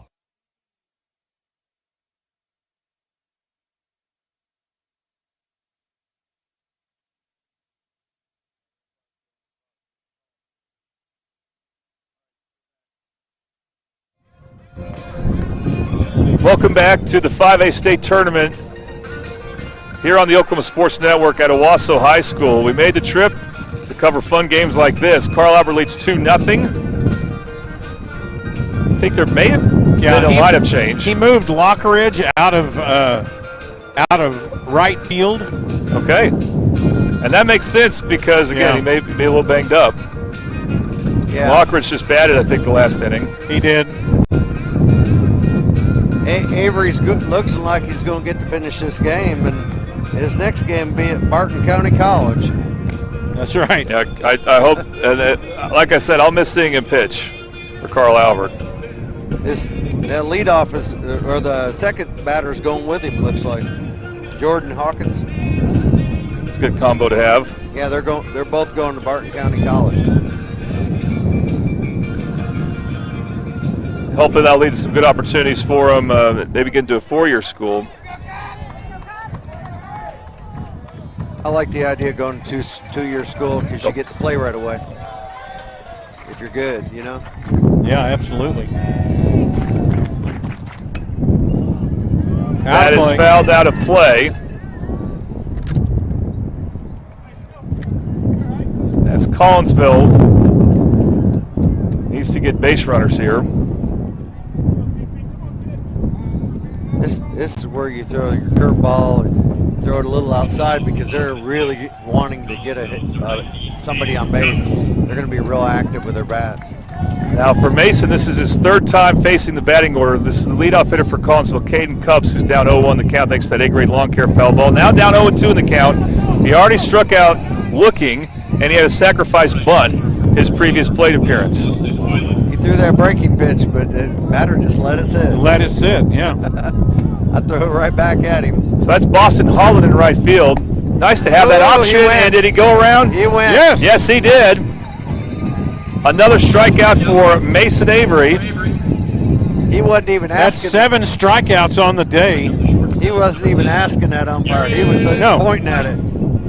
He went all the way. Now, Kirk, I don't know why Boston Holland has not been playing more, but it's good that you have him. Yeah, absolutely. He's a great, because he's mostly the right fielder for Carl Albert this season, so I don't think you lose anything in the field with him. May not be quite as fast as Lockridge, but otherwise, and one of the things we don't see is we don't see the batting practice. We don't see a lot of the things that go into getting your position on game day. That's why I don't even want to speculate. Yeah. But obviously Carl Albert has depth. They got plenty of options to put out there in the field. That ball is fouled off. That's back in the Ag Center again. That's Garrett White, but as a coach, who lined out as a double plays left at bat, and he's down 0-2. Go ahead, Coach. As a coach, you want your best 9 hitters to be on the field. Absolutely. And sometimes it means you got a DH. Sometimes it means you don't. But you got to have your best 9 because you got to hit the ball. Can't score without it. 0-2 delivery. That's a slow roller. Murphy throws too high, and that's going to be a base runner for Collinsville. He did something real smart right there. He stayed. Yeah. He'd have been out at second. Kirk, I think that should be an infield hit, but that's close.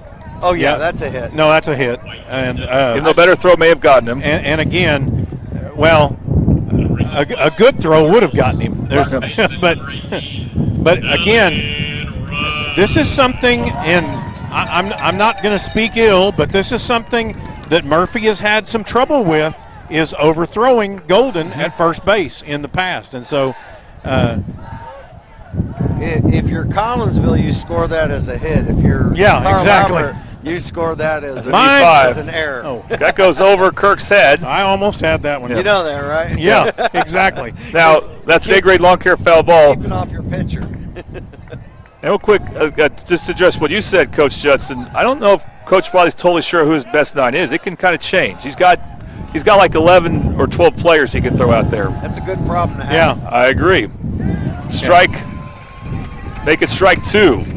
Yeah, it's kind of like the Thunder in that regard. I'm glad I have to worry about them this weekend. Right. What I look at it is if somebody's a little cold today, guess what? You're going to sit down and let somebody else hit. That's what you want. You want that kind of competition. It makes you better. England sets up outside. High ball pitch. is high. 1-2. So Avery looking for another strikeout here. His pitch count's climbing a bit, of course, as you would expect, but I don't think it's a problem. It looks like it's at 73 right now. Catcher was set up outside, and he almost missed that ball because he had to dive at it to catch it, or else that runner's at second right now. Timeout is called by Talon Rush, the Collinsville first baseman who's at the plate. He was trying real hard to get him to throw that outside pitch to get the out. Rush, strikeout, fly out, Yep. and here he is. There he is again outside. And foul tipped, strike 3. That, by the way, I haven't been saying this enough with all these strikeouts, but our strikeout sponsor is Patrick Newby State Farm. We thank Patrick Newby for being our strikeout sponsor. Can scan the QR code to get a free quote, and strikeout number 8. Now we have another meeting at the mound. We've seen Coach Wadley come out with 2 outs. Just to settle him down. I think Anklin shook Mason's hand as if he's going to make a pitching change. You think? Wouldn't think so, but it looks like Ring was set to come in, but I don't know if he will. I'd leave him. He just got a strikeout, so maybe this is just kind of taking the temperature, Kirk. Well, one of the things you want to do, you got 2 outs, you got a runner on, talk it over, make sure everybody understands where we are.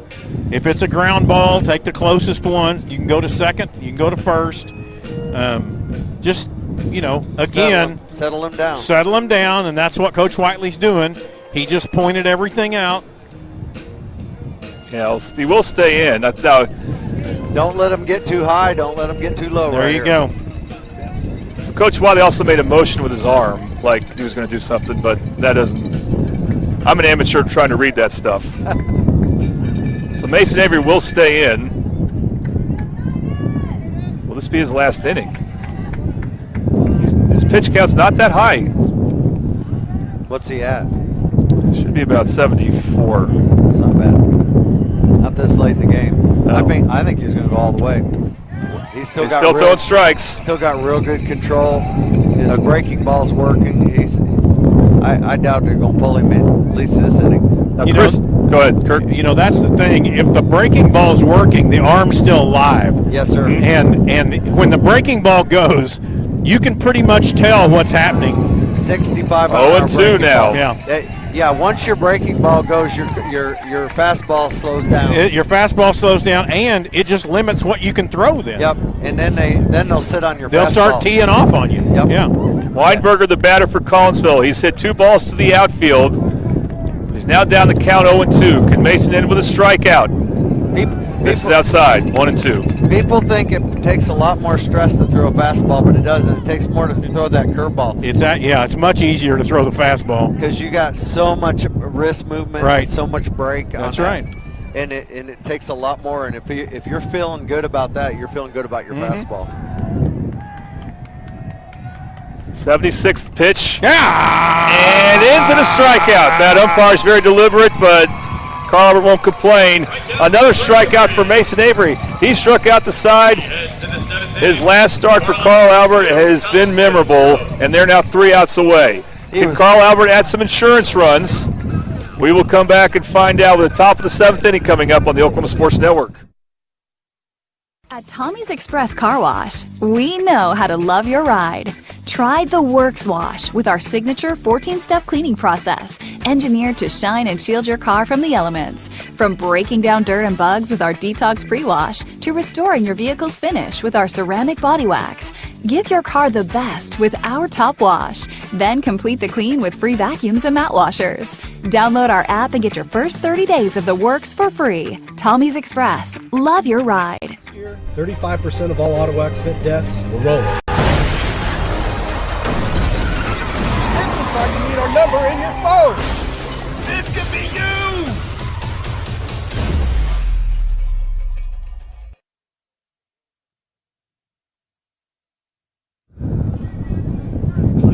We are now in the 7th inning here at Owasso High School.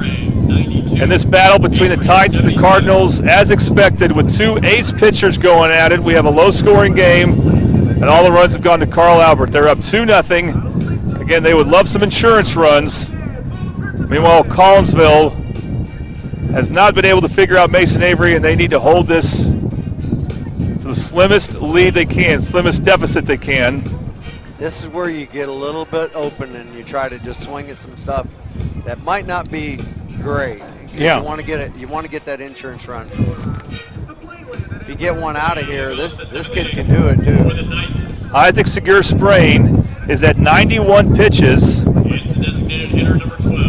And he's going to throw to a guy that the last pitch he threw was a home run to left field. Bo Davis digs in, takes strike one there. You want to take odds on the fact that he won't throw a changeup to him?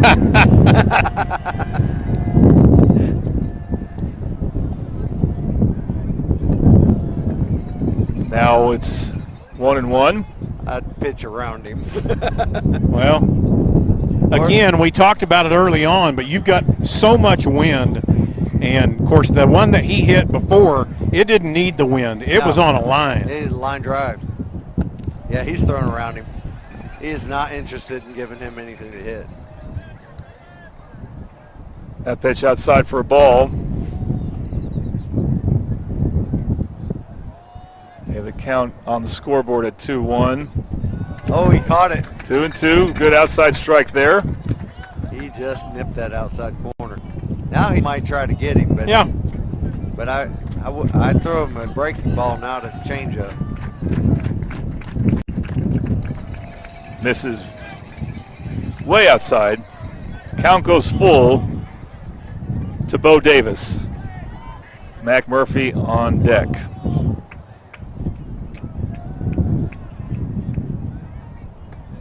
And that is called strike 3.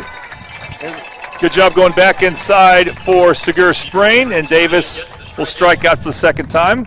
Right at the kneecap. It was right down at the bottom of the strike zone. That's the lowest one he's called all day, but it was a strike. Max Murphy now comes up. By the way, that strikeout brought to you by Patrick Newby State Farm. Murphy has flown out to center field and right field and takes strike 1. As Segura Sprain is still showing good command as he's now in his 90s for his pitch total. 1-1 now the count.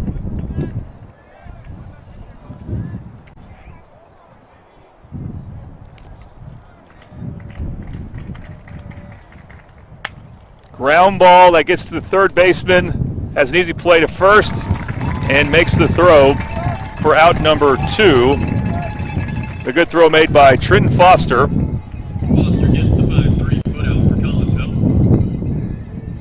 And now here's Peyton Reed, who will also ground out to third base, his last at bat. And if he reaches, well, there's to see, does Boston Holland come back on? Oh, we got to change the lineup. Jason Purcell will pinch hit for Peyton Reed. Again, high school baseball. Oh, as he got hit, so we'll get a chance to go on base here. Wow, that got away from him. So Reed will probably come back in to play second base next inning, as you can do that, of course, in high school baseball. Is he going in to run for him? Let's see, is that number 8? No, that's Peyton Reed. Yeah. That's weird. That's right. That was the original batter, wasn't it? That's the original batter. Yeah, so he's running for himself. Sort of. They said, they told Purcell, go in there and get hit, and we'll put Reed back in. There you go. We can't let our second baseman get hit. He need to make a good throw. Exactly. That's the idea. And here's Boston Holland's first at bat, and he has come in to replace Lockridge. And again, just good that you have that option. Never forget Kirk Boston Holland. I think he was the one with the at bat that tied the game against Pryor last year. That is correct. Taking a full count pitch that would have been hard to take with the bases loaded. That sent the game to extra innings. And he'll get an at bat here. And he hits a foul ball. Hits it pretty well. Hit the barn. Almost hit the trailer. There's a few balls over there. A-grade lawn care foul ball. 0-1 the count.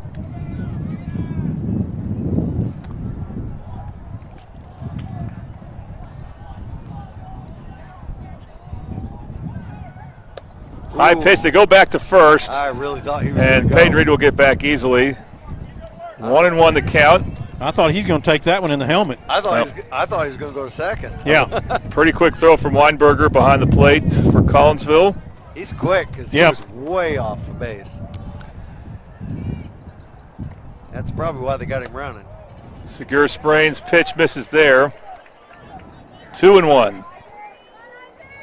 That's a good base running. It'll be interesting to see if Carl Albert holds on to win. Will Boston Holland start tomorrow?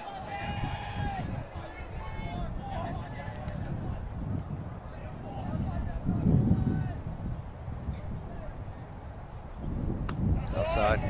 Misses. Count goes to 3-1. Again, that walk that we talked about from last year from Boston Holland was a 7th inning walk, and now here he is in the 7th inning of this year's state quarterfinal. Can he draw a walk here? Will Reed take off on this through and pitch? Oh, they thought about it, and they almost got him. Yeah, I thought they had him. I thought they did too, but it looked like his hand just got underneath that tag. He slid a little early when he dove Yep. back. Whew. That was close. And it was a great throw there. And the umpire was sitting on top of it. Absolutely. But yeah, I thought they had him because he thought they did too, I think. Yeah. And Reed was leaning on that second base leg. Now, I mean that's where where you get hurt right there. Yes, sir. His weight was all on that leg. 3-1 pitch. Walked him. Ball 4. 2 base runners for Carl Albert. Boston Holland, and these are subs for Carl Albert who've drawn these walks. Hit by pitch and walk. Yeah. Boston Holland, and before that, Jason Purcell.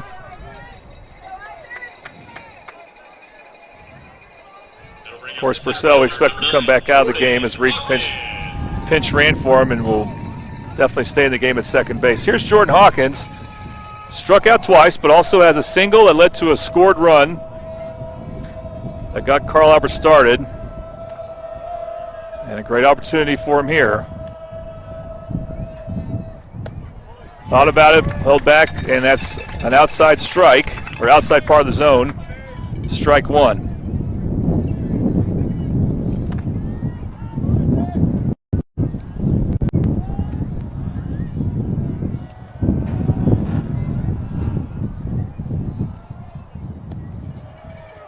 One and one. Jackson Webster is on deck if this inning extends. Titans looking for some insurance runs. They got the right guy at the plate to get him. 1-1 delivery. That is hit to right field. It's going to get going. Gone! A 3-1 home run for Jordan Hawkins.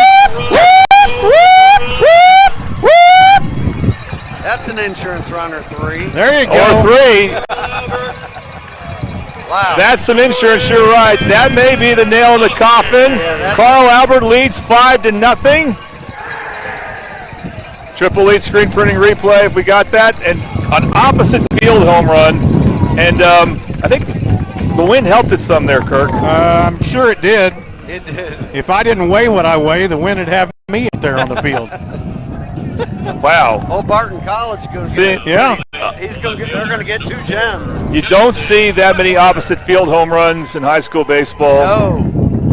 And what a time to do it there, as it's 5-0. He was real late on that pitch. And you can start feeling comfortable if you're Carl Albert. Not that Collinsville is not capable of making a comeback, but it would be a tall order. It's hard to dig that hole out. 5 runs and 3 outs. Especially the way Mason's been pitching, and if he struggles a little bit, they're going to have options in the bullpen. Oh, yeah.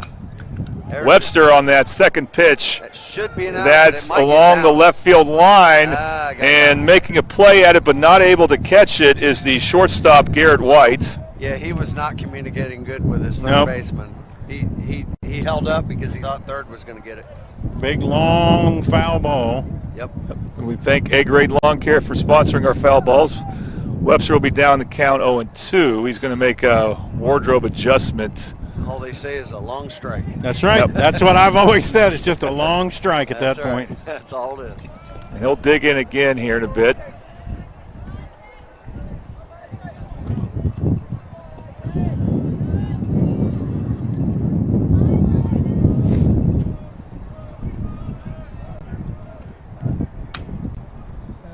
Chopper, foul ball. Another A-grade lawn care foul ball. Making the coach go get it. Yeah. Oh, Coach Wiley really he doesn't do that. I don't think. I think Cordray just wanted to get on the field. I think so. There you go. Yeah. Why Cordray went and got it? Yeah, Landon. Oh, Landon. Yeah, that was. Make one of those Okay, kids. one of those Cordrays. Right. Oh! Whoa, a little chin music. Trying to move him back. Almost got him. Yep. Jeez, that would have hurt. So 2 home runs this game for Carl Albert. And he didn't turn around either. He was going to take it in the face. That's not a good place to get hit. That's outside. It's the frustration for Collinsville because you had 2 outs, Yeah. and then you hit a batter and you walk a reserve. Boston Holland is a reserve this game, and you're about to get out of the inning down 2-0. Now it's 5-0, and Webster takes one. It's a deep left field. That's gone. Oh! Wow. Whoop, whoop, whoop, whoop, whoop. Back-to-back home runs. Wow. For Jordan Hawkins and Jackson Webster. Good thing Carver got them from the basketball team. And the pitcher is hanging his head. They played in the state championship game in basketball this year, barely lost to Newcastle. Maybe they'll get a shot at Newcastle in the state championship game in baseball this year. There definitely appears that they will be moving on Yeah, the with body. a 6-0 lead for Mason Avery. Coach is coming out because of the body language. He's done. He gets an applause. He had a quality start going. He did. Did Isaac Segura sprain 6 innings, 6 2/3 innings. He was really good. He was very good. And then things got away as he basically let the next 4 batters reach, the last 2 hitting a home run. And so we will have a pitching change as Collinsville needs to get 1 more out to get out of this inning. We'll take a quick break for this pitching change right here on the Oklahoma Sports Network.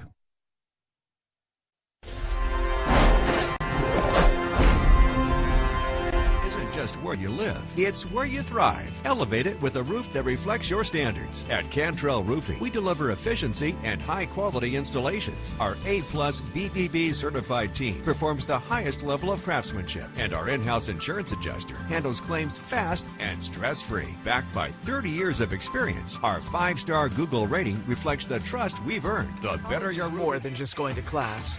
College is a journey. It's meeting new people and making new friendships that will last a lifetime. It's learning from professors who care about you and your success. And finding out it can be really fun and rewarding. It's discovering that thing you want to do for the rest of your life. Cameron University is all about helping you grow and succeed. Because your success is our success.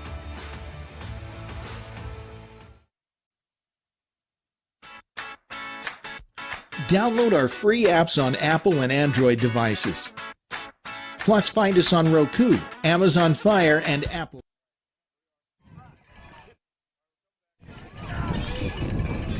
Welcome back to Carl Albert State Tournament Baseball on the Oklahoma Sports Network. We're still in the top of the 7th inning as Collinsville brings on a new pitcher. By the way, close game going on over at Norman North as Marlowe with a 1-run lead over Jones. The Jones Longhorns are battling. This pitcher for Collinsville is number 14, Gavin Russell, as he throws a strike there to even the count 1-1. Joaquin Golden is the batter for Carl Albert. This kid's all business. He gets on the mound and goes. He does not take his time.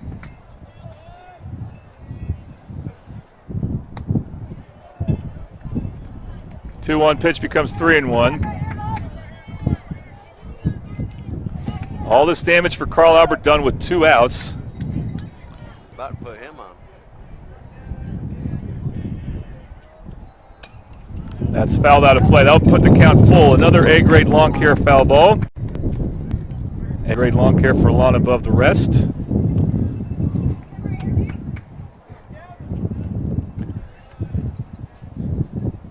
And he does put him on. Bolden, who had not reached base but does have an RBI, the first RBI of the game. Ground out, gets a walk there. Lane Sexton coming up to bat. He drew a walk, his last appearance. We'll have a pinch runner for Carl Albert. Kirk, if you can see the number there. Yep, that'll be Porter Cruz coming in to run for Golden. Porter Cruz, a common pinch runner or courtesy runner. This is Lane Sexton up to bat now. So Porter Cruz will get his chance to play in the state tournament. May get more chances before it's all said and done. Sexton hits chopper towards third, but it's foul. A grade lawn care foul ball.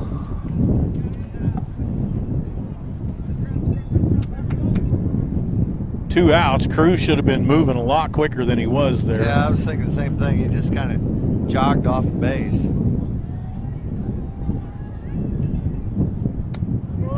Outside corner, strike one. I'm sorry, strike two, as that was a foul ball. So 0-2 now the count.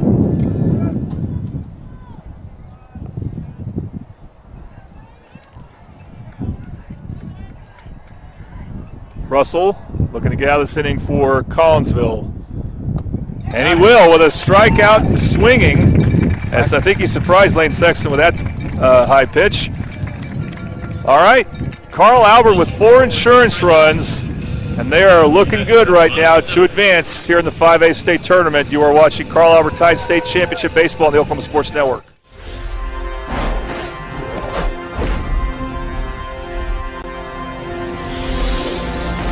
Tommy's Express Car Wash. We know how to love your ride.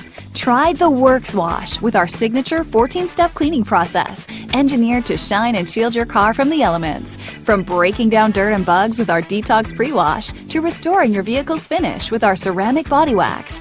Give your car the best with our Top Wash. Then complete the clean with free vacuums and mat washers. Download our app and get your first 30 days of the works for free. Tommy's.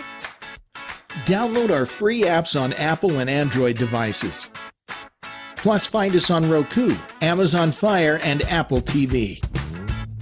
Search Oklahoma Sports Network and watch from anywhere.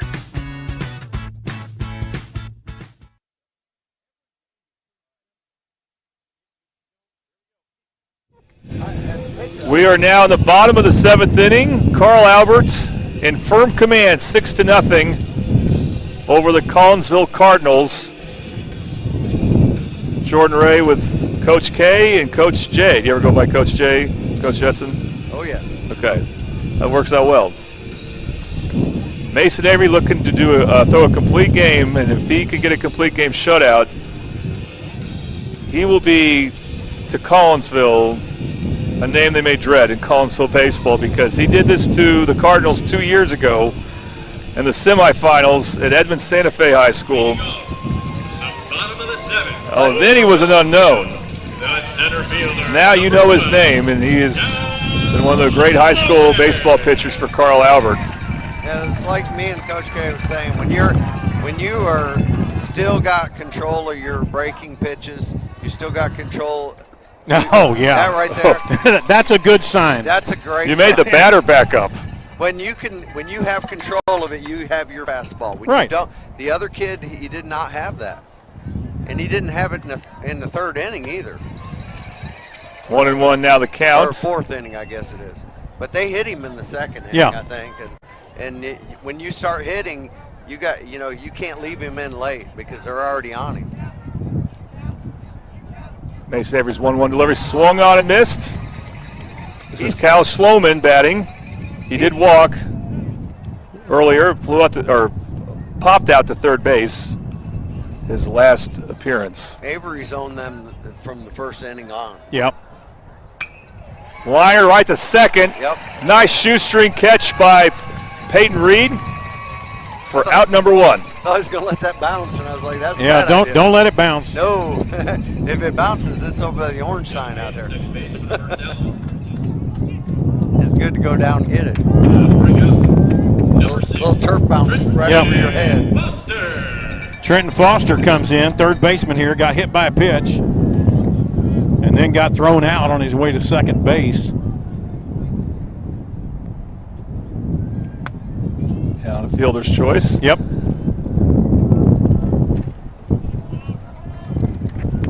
So Mason Avery, we have him at 81 pitches. It's pretty economical. He almost went.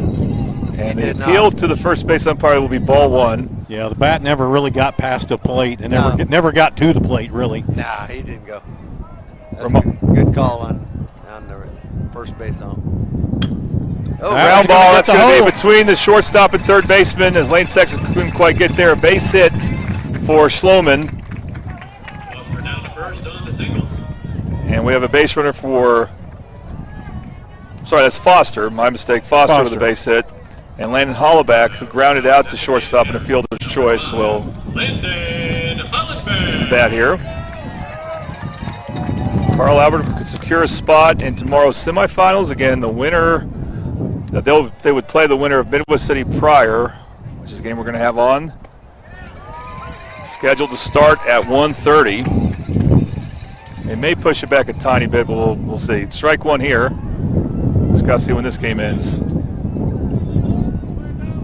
This is where the catcher can get a little dumb and throw it around because no mistake is going to hurt you. Hard hit past the third baseman, Murphy. So 2 singles in that spot. I think Avery might be out soon because he's floated 2 of them. Yeah, I was getting ready to say, I think he's done. His fastball, he's still got his curveball, but his fastball's dropped off. Yep. Of course, any relief pitchers Carl Albert uses will come out of the bullpen. They have so much depth, they don't have to use their position players to pitch very often, or that's what we would expect. Meanwhile, Blake Vandiver is pitching there. I'm not sure what flew out and struck out, so. Yeah, give him a high fastball, pop it up.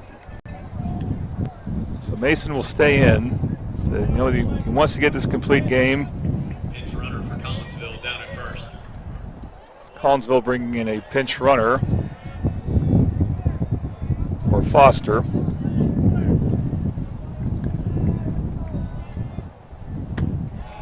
That pitch misses inside to Vandiver.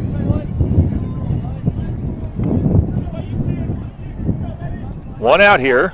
Noah Medina, pinch runner. The announcer announces Noah Medina as the pinch runner.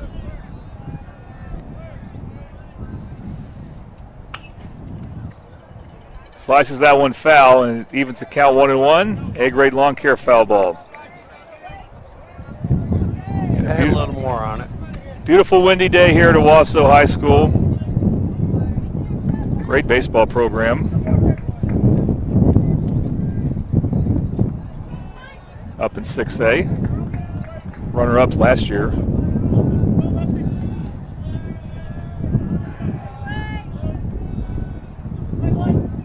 One and one with one out, 2 base runners on. Collinsville trying to avoid a shutout. Lane Sexton's way too deep into the second base from the shortstop position, and we've seen 2 balls go through the 5-6 hole, and yeah. I understand with a lefty, but he's way too close. Yeah, he's way too tight on second base. This should be the 89th pitch thrown by Mason. 2-1 count, 3-1 count. His fastball dropped off about 4 mile an hour. Yeah, I would guess this would be his last batter if he reaches. Yeah, I think so too. I thought he might be able to pull it off, but not after 2 hits in a row and a walk.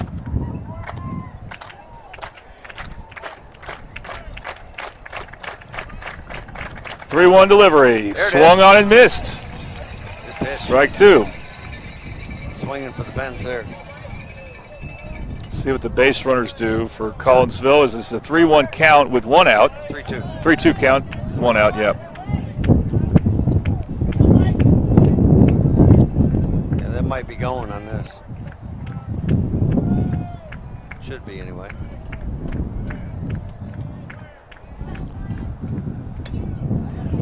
Foul ball towards the Carl Albert dugout. There's only 1 out, though. You got to be careful. Yep. A-grade lawn care foul ball. I think Avery got the pitch he wanted right there. Was hoping to breeze it by on that inside.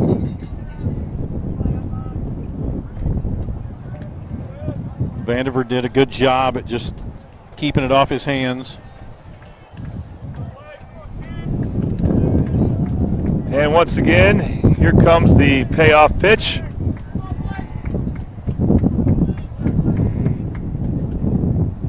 is. And again, it's hit foul.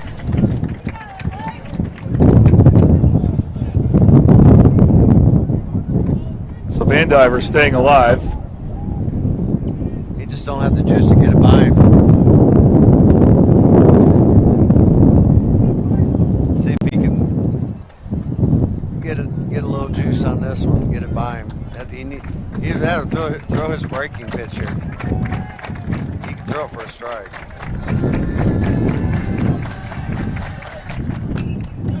That one is also hit off foul, so it's been quite a battle here as Vandiver's making Mason Avery work for this. Let's hope is next to last out. Mason now at 93 pitches.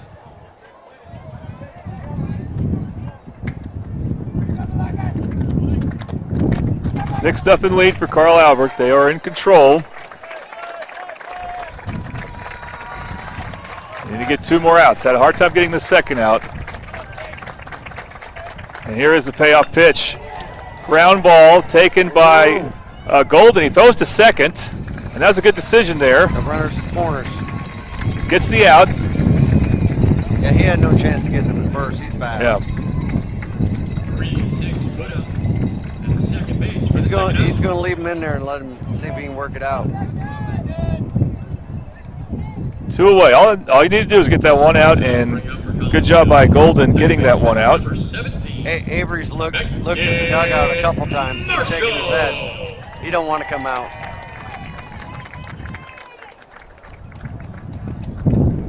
Runner on third. That's a body language of a pitcher that wants to stay. Yeah. He says, I got one more out, dude. Well, what we saw is Coach Wiley goes straight to the home plate umpire. That would suggest a pitching change, I think? No. No, okay. Actually, he had to get permission from the home plate umpire because okay. He's already been to the mound. Yep. He had to ask if he had a mound trip left. Right. I've done that. You go, you forget how many you have, and you go, can I go talk to him? And he said, yeah. Okay, that makes sense now. He's going to give him a short one, though. Absolutely. He's going to walk right out there and say, let's go. Yeah. Beckett Marshall's the batter for Collinsville. We have seen some meetings at the mounds from Ryan Whiteley, the Carlver head coach, when there's 2 outs. Yeah, but I don't know how many you get, but I think that was it by the umpire's reaction there. He said that was the last one. But he's smart to ask. Yeah, absolutely. Because if you walk out there and you don't have it, you got to pull him. Yeah. And I think he was questioning how many he had, because we as coaches, we forget about the things like that. Yeah. I didn't know there was a limit as long as you just do 1 an inning, but. No, there is now. There used to be 1 in an inning. Okay. Just a limit for the game. I was not aware of. There goes the base runner. Doesn't really matter. They'll have to go back, though, as that's hit foul for strike 1. A-grade lawn care foul ball.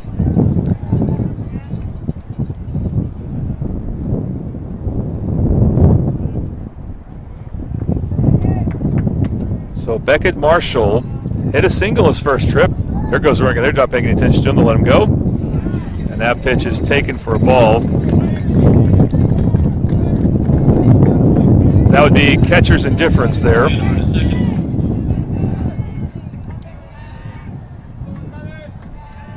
So count's now 1-1. No, it's still 1 an inning, so I'm surprised he asked.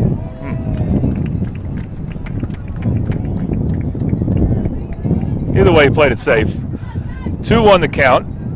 2 outs. Close to maybe ending this first game, which is a game that was very close for much of the game, and Carlver broke things open in the 7th inning. That one is hit well out of play. Oh, watch out. There's a couple guys in the field who not one of them may get hit, but just lands in the lawn behind us. And now the Titans are 1 strike away from advancing to tomorrow's semifinal.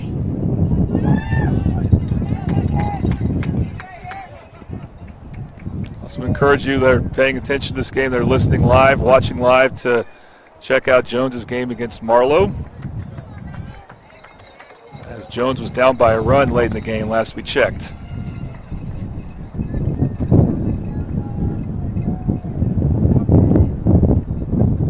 we go. 2-2. 2 outs. 2 base runners.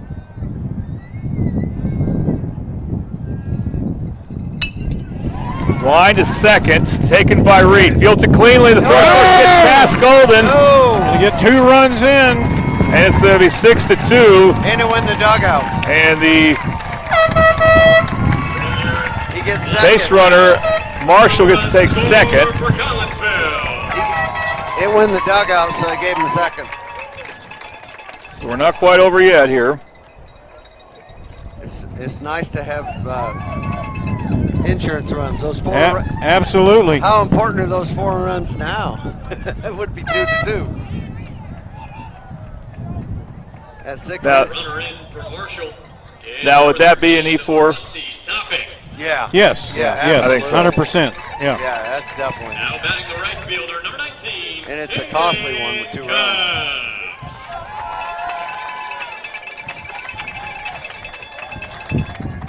So Collinsville has a little bit more work to do to even get the tying run up to bat, but they will not be shut out. Those will go as unearned runs, though, for Mason. In front. Oh, Golden lost the pitch. He's going to go at the third, and that gets away. There you go. And that's going to be the 3rd run for Collinsville. But that wasn't Golden, that was England, my mistake. Stopping comes all the way around to score for the Cardinals to make it 6. Not a pretty ending at the moment for Carl Albert.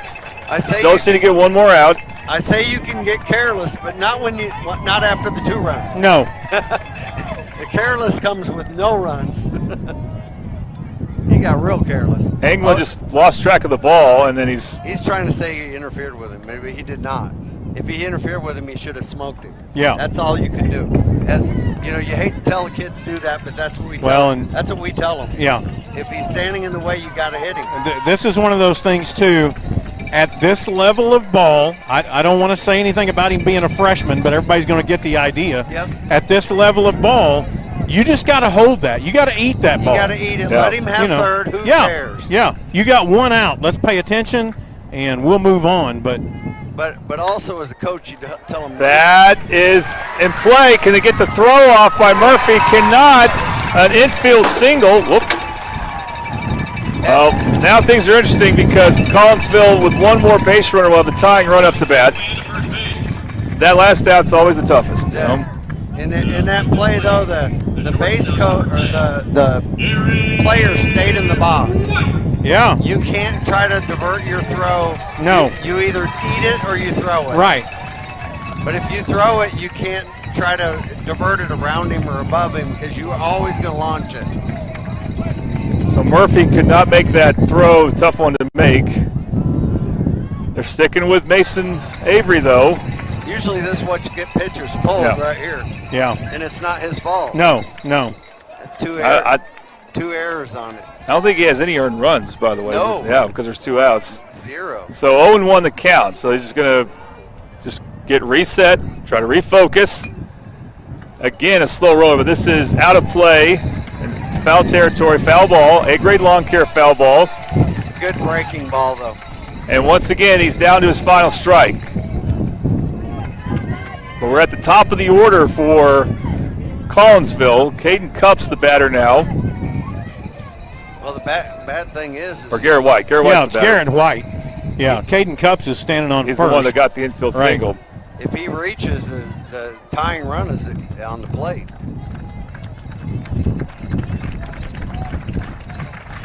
A little bit of shaky infield defense from Carl Albert. It won't matter if he can get 1 more strike. Yep. And Garrett White, the batter, he had an infield single his last trip to the plate. Setting up way outside. That is called strike 3. Carl Albert wins. Left him standing there. Mason Avery goes the distance. Say he and Jordan Hawkins should be our Whataburger player of the game. Absolutely. We'll give both to him, and it's a final score. Thank God for insurance runs. Carl Albert got some in the top of the 7th, and that made the difference as they have defeated Collinsville by a final score of 6-3. They will advance to tomorrow's semifinals where they await the winner between Midwest City and Pryor. See, Blake, if you can get the player of the game sponsor up, it's Whataburger on 15th.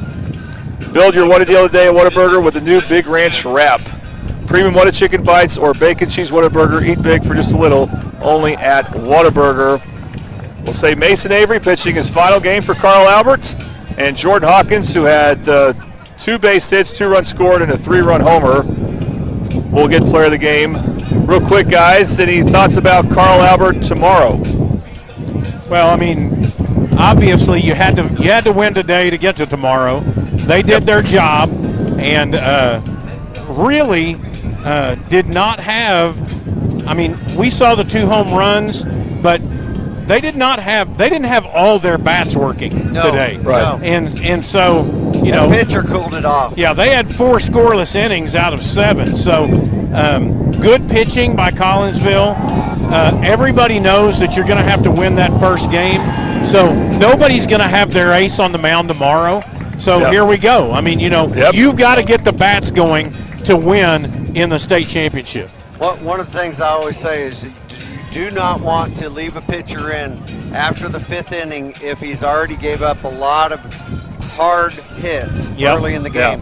And they gave up a lot of hard hits in the early innings, and that's always going to be why you need to get him out of there in the 5th. All right, well, I really enjoyed hearing you guys conversate about baseball. Loved it. Let's do it again.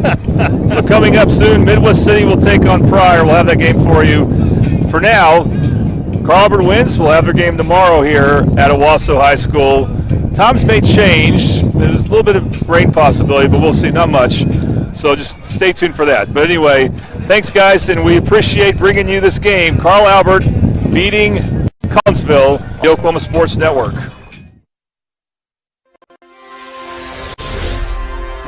Thanks for watching this presentation of the Oklahoma Sports Network.